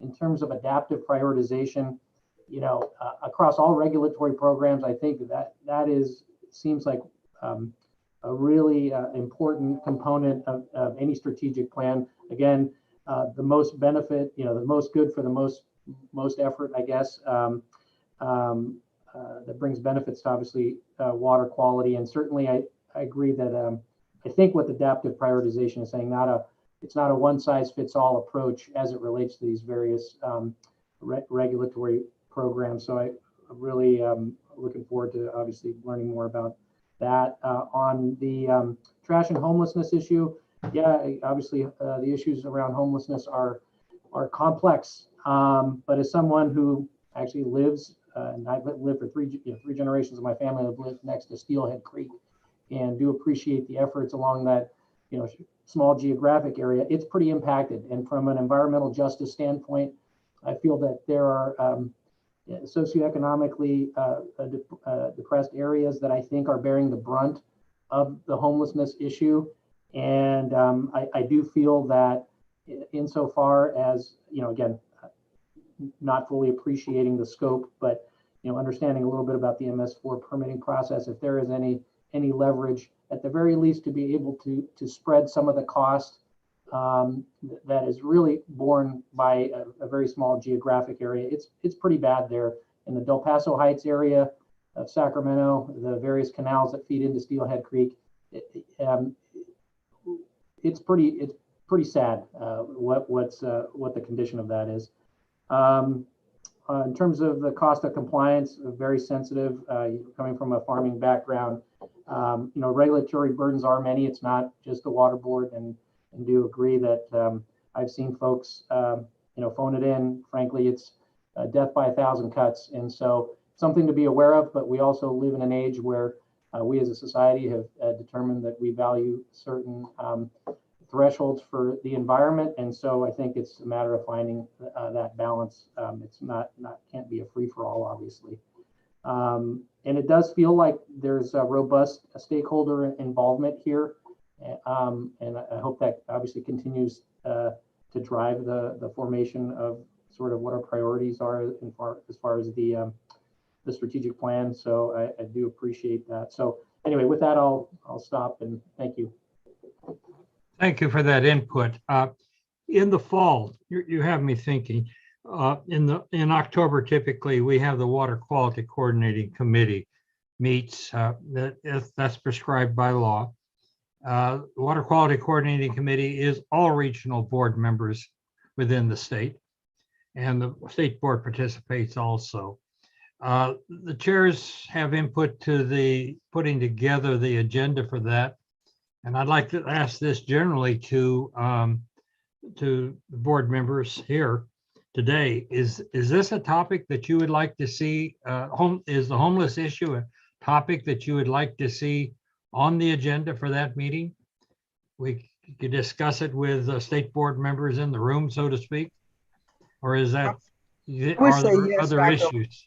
I'm sorry. No, I would say yes, Dr. Longley. I mean, it's been on the at the coordinating committee meeting before, but the issue is still here. And with the pandemic, it's not gotten any better. And so to revisit it and see what has been done during the course of the pandemic and where we can move it forward, because it's still a lot of work to be done in the area. So I would say yes. I would say yes. Thank you very much. Any other board members have comments? I agree with that as well. Yeah, I do. Thank you, Nick. Carl, I would also, looking back at my notes from the workshop we had, the discussion around climate change, there was a commenter that I thought brought up a very kind of an obvious issue, but one that hasn't been addressed sufficiently, and that's forest management related to wildfires. And the commenter made the note that we seem to be in a reactive mode of revegetation, which is important, but that there isn't enough of an effort on the front end for forest management. And obviously this transcends the regional board's involvement, but CAL FIRE and other agencies are looking at this. I've had some side conversations with people that have been involved in the financial management of the state of California. And they noted that in the past, CAL FIRE and other agencies have actually resisted forest management as a commitment because of financial benefits from fighting fires, that they have overtime opportunities and so on. And that's a pretty historical view from the individual who I talked to. I don't know if that's still the case, but I think that subject, it impacts so many people in California, not just in the Central Valley, obviously North Coast and Southern California, Santa Cruz area, all have been impacted this past year. And I'd like to see that on the Water Quality Coordinating Committee agenda. It might already be there, I don't know. I don't think it is. I'd like to see, I have two topics that I've put down to relate to State Board Chair Joaquin, in the homelessness and board and the board's role was one, and forest management in the context of wildfire prevention is the second. Do I have consensus on that or not? Your Honor, Your Honor. Your Honor, this is you're in Carmen. front of the court too often, I tell you. Chair Longley, I agree. I think that, when board member Cadera was talking, I mean, the issues she brings up are the same issues I see on the nightly news from Sacramento, from Southern California, certainly from my area. So I think that society's interest in that issue is there. I think the political will is there. So I think tackling this right now from water makes perfect sense. And same thing with fire. So I certainly agree with what's been said. Very good. Any further conversation on that? Well, I would also add, with the potential for federal funds to come aboard, it really is a good time to have discussions and maybe,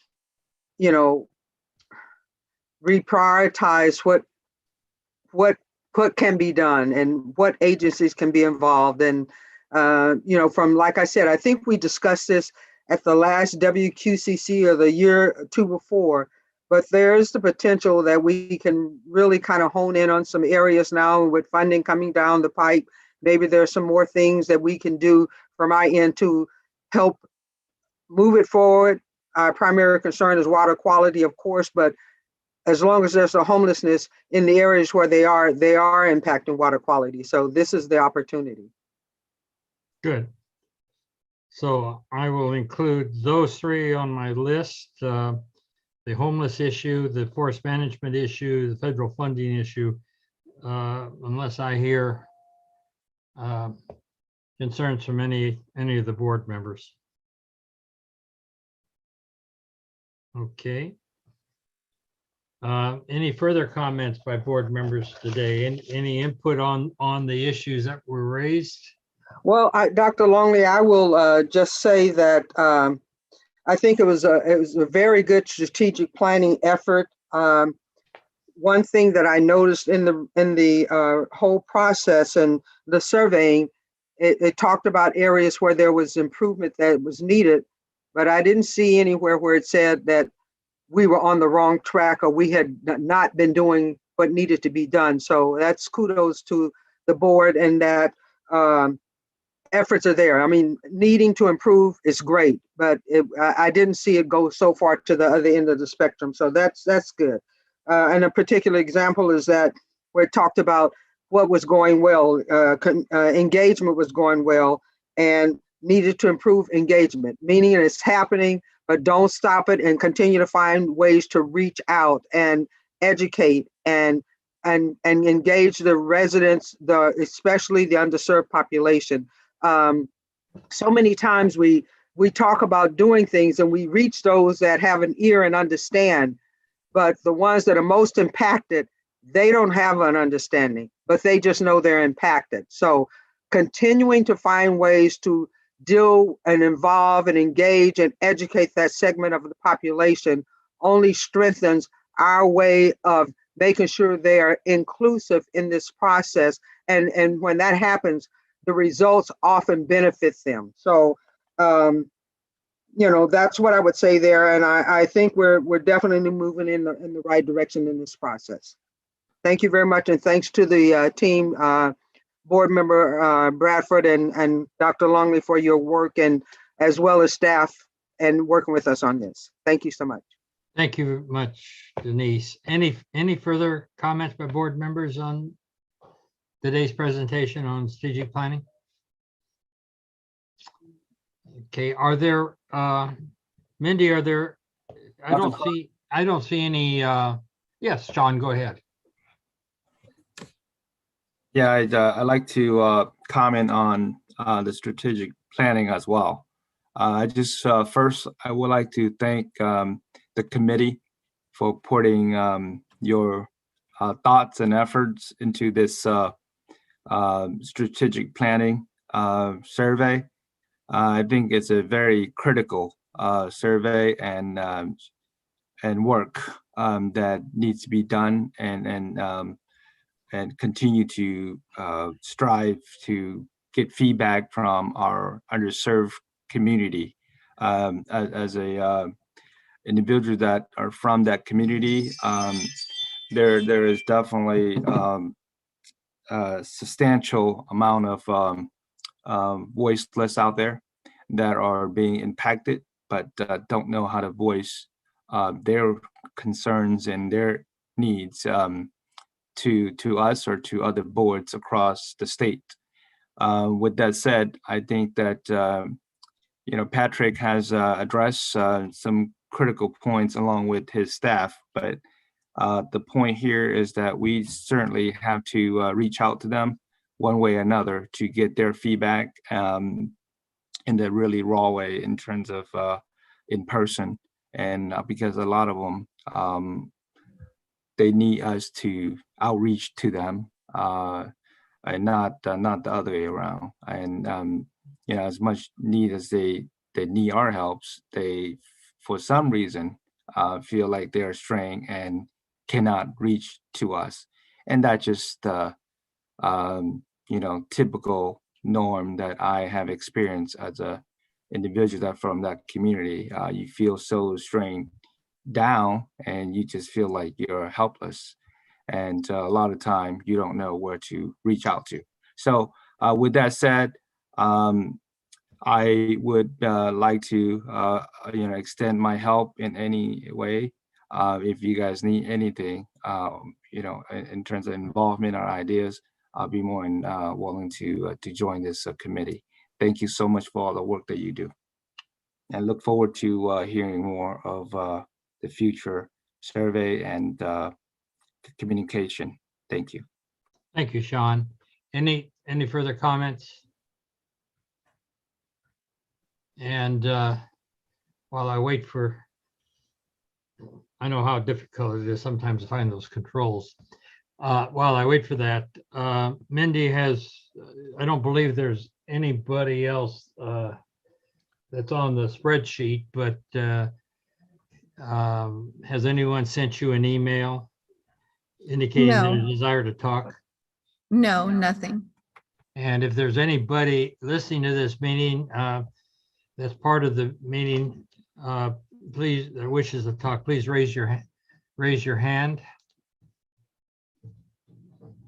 Seeing none, then I ask the presenters to, if you have any comments on what the board's been saying.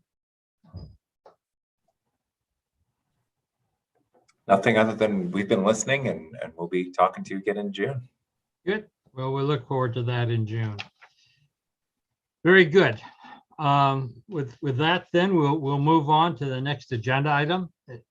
Agenda item 12, election of a vice chair. At this time, we move to the election of the vice chairperson for the Central Valley Water Board, a matter which was continued from the February board meeting. Board members Cadera and Ramirez both expressed interest in the position prior to and during the February meeting.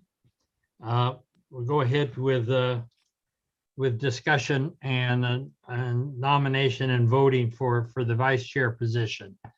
Chair Longley, this is Carmen. I apologize for not being available the last time. You remember I had a medical appointment, and because I'm not sure how that's going to go, and I can't really commit to giving it the time that it needs. So I appreciate that the board thought enough of me to continue this, but I'm not interested in continuing as vice chair for this upcoming period. Well, thank you for your input. You've been a valuable member of this board, and I'm sure you'll continue to be. Even if you call me Your Honor, we will. That's probably the best part, right? Yeah, well, that just tells me you're in front of the court too much. So, or maybe not enough. I'll tell you, I once went to confession and I called the priest Your Honor. So that was bad too. Very good.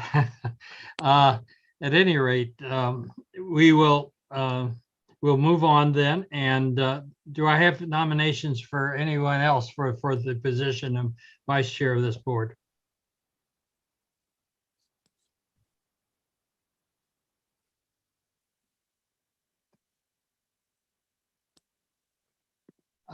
Denise, are you have in the past expressed an interest, or would you? Board member Cadera, would you be willing to serve? Because if you are, then I would be honored to nominate you for vice chair.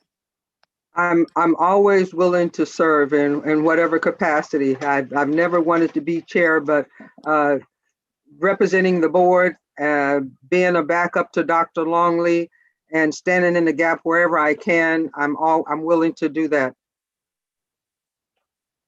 Very good. Is there anyone else who has an interest in serving as vice chair?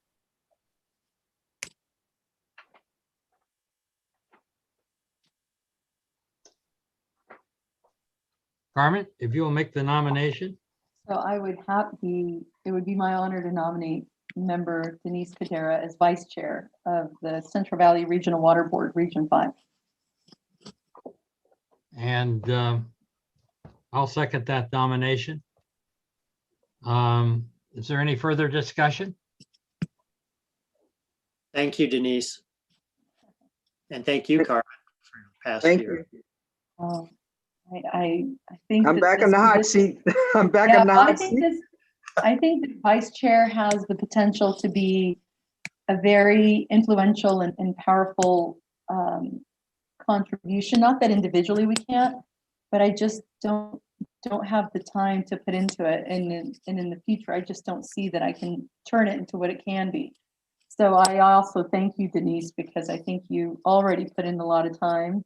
Mark, I know you're really engaged too. So I think we've got a lot of good people to choose from. So yeah, thank you, Denise.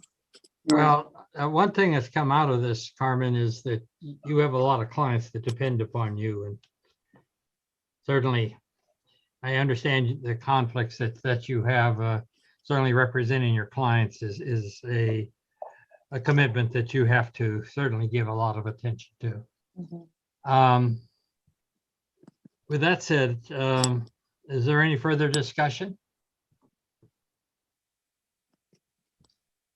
Then we'll call the roll, please. The nomination is for Denise to serve as vice chair.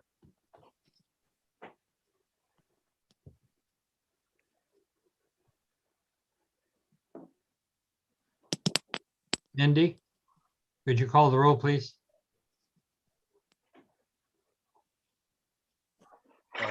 Here we go. A little mute issue. There we go. Janelle, you can unmute yourself. Sorry for the interruption. Board Member Bradford, Yes.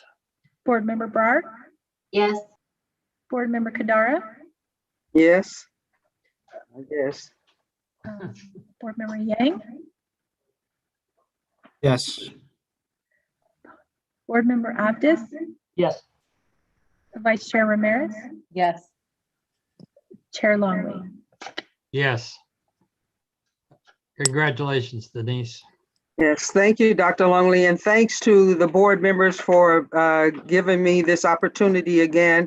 And in the very near future, we have board members that are very qualified to step up to the plate in either capacity, vice or chair. So thank you again for the opportunity. I'd like to echo exactly what you just said for both positions, and we'll be voting on that next February. Certainly, as you pointed out, we have a lot of well-qualified folks to fill those roles. Recognize, and I think that Carmen can attest to this, it does take time. It does take commitment. You know, folks are employed and have jobs. Some of us this seems to be our primary commitment, but for a lot of other folks, you do have jobs, and recognize that if you step forward, there is that need to do a lot of other work that is important for the continuation of this board. So with that said, I understand that, or I saw that the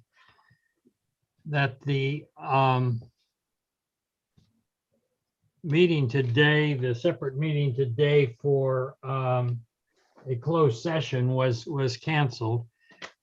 Is there plans to have a closed session, Patrick? There's no matters to discuss in closed session today. There are no matters. Is that what I hear? That's correct. Very good. With that said, then we will adjourn this meeting until the next regularly scheduled meeting in June of this year. This is the shortest meeting we've ever had. Oh, well. Denise, you can't say that yet. Don't say that. You're not allowed to say that. Dr. Carr, are you saying that we won't have a meeting tomorrow as well? That's correct. We All right.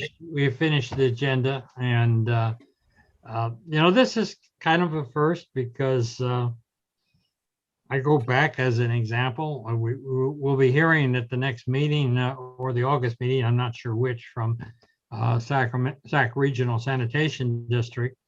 But when we did their discharge permit, we went till 11 o'clock, nearly 11 o'clock at night. That's a record for the other side, the longest meeting. But this is a short meeting, and I think that we do a lot of good work. Whether it's long meetings or short meetings, we do good work. So thank you very much for your attendance today, and we are adjourned until the next regularly scheduled meeting of this board in June. Thank you very much. 18th. Have a good one. Thank Have you. a good weekend, everybody. Thank you. Bye-bye. Congratulations, Denise. Thank you.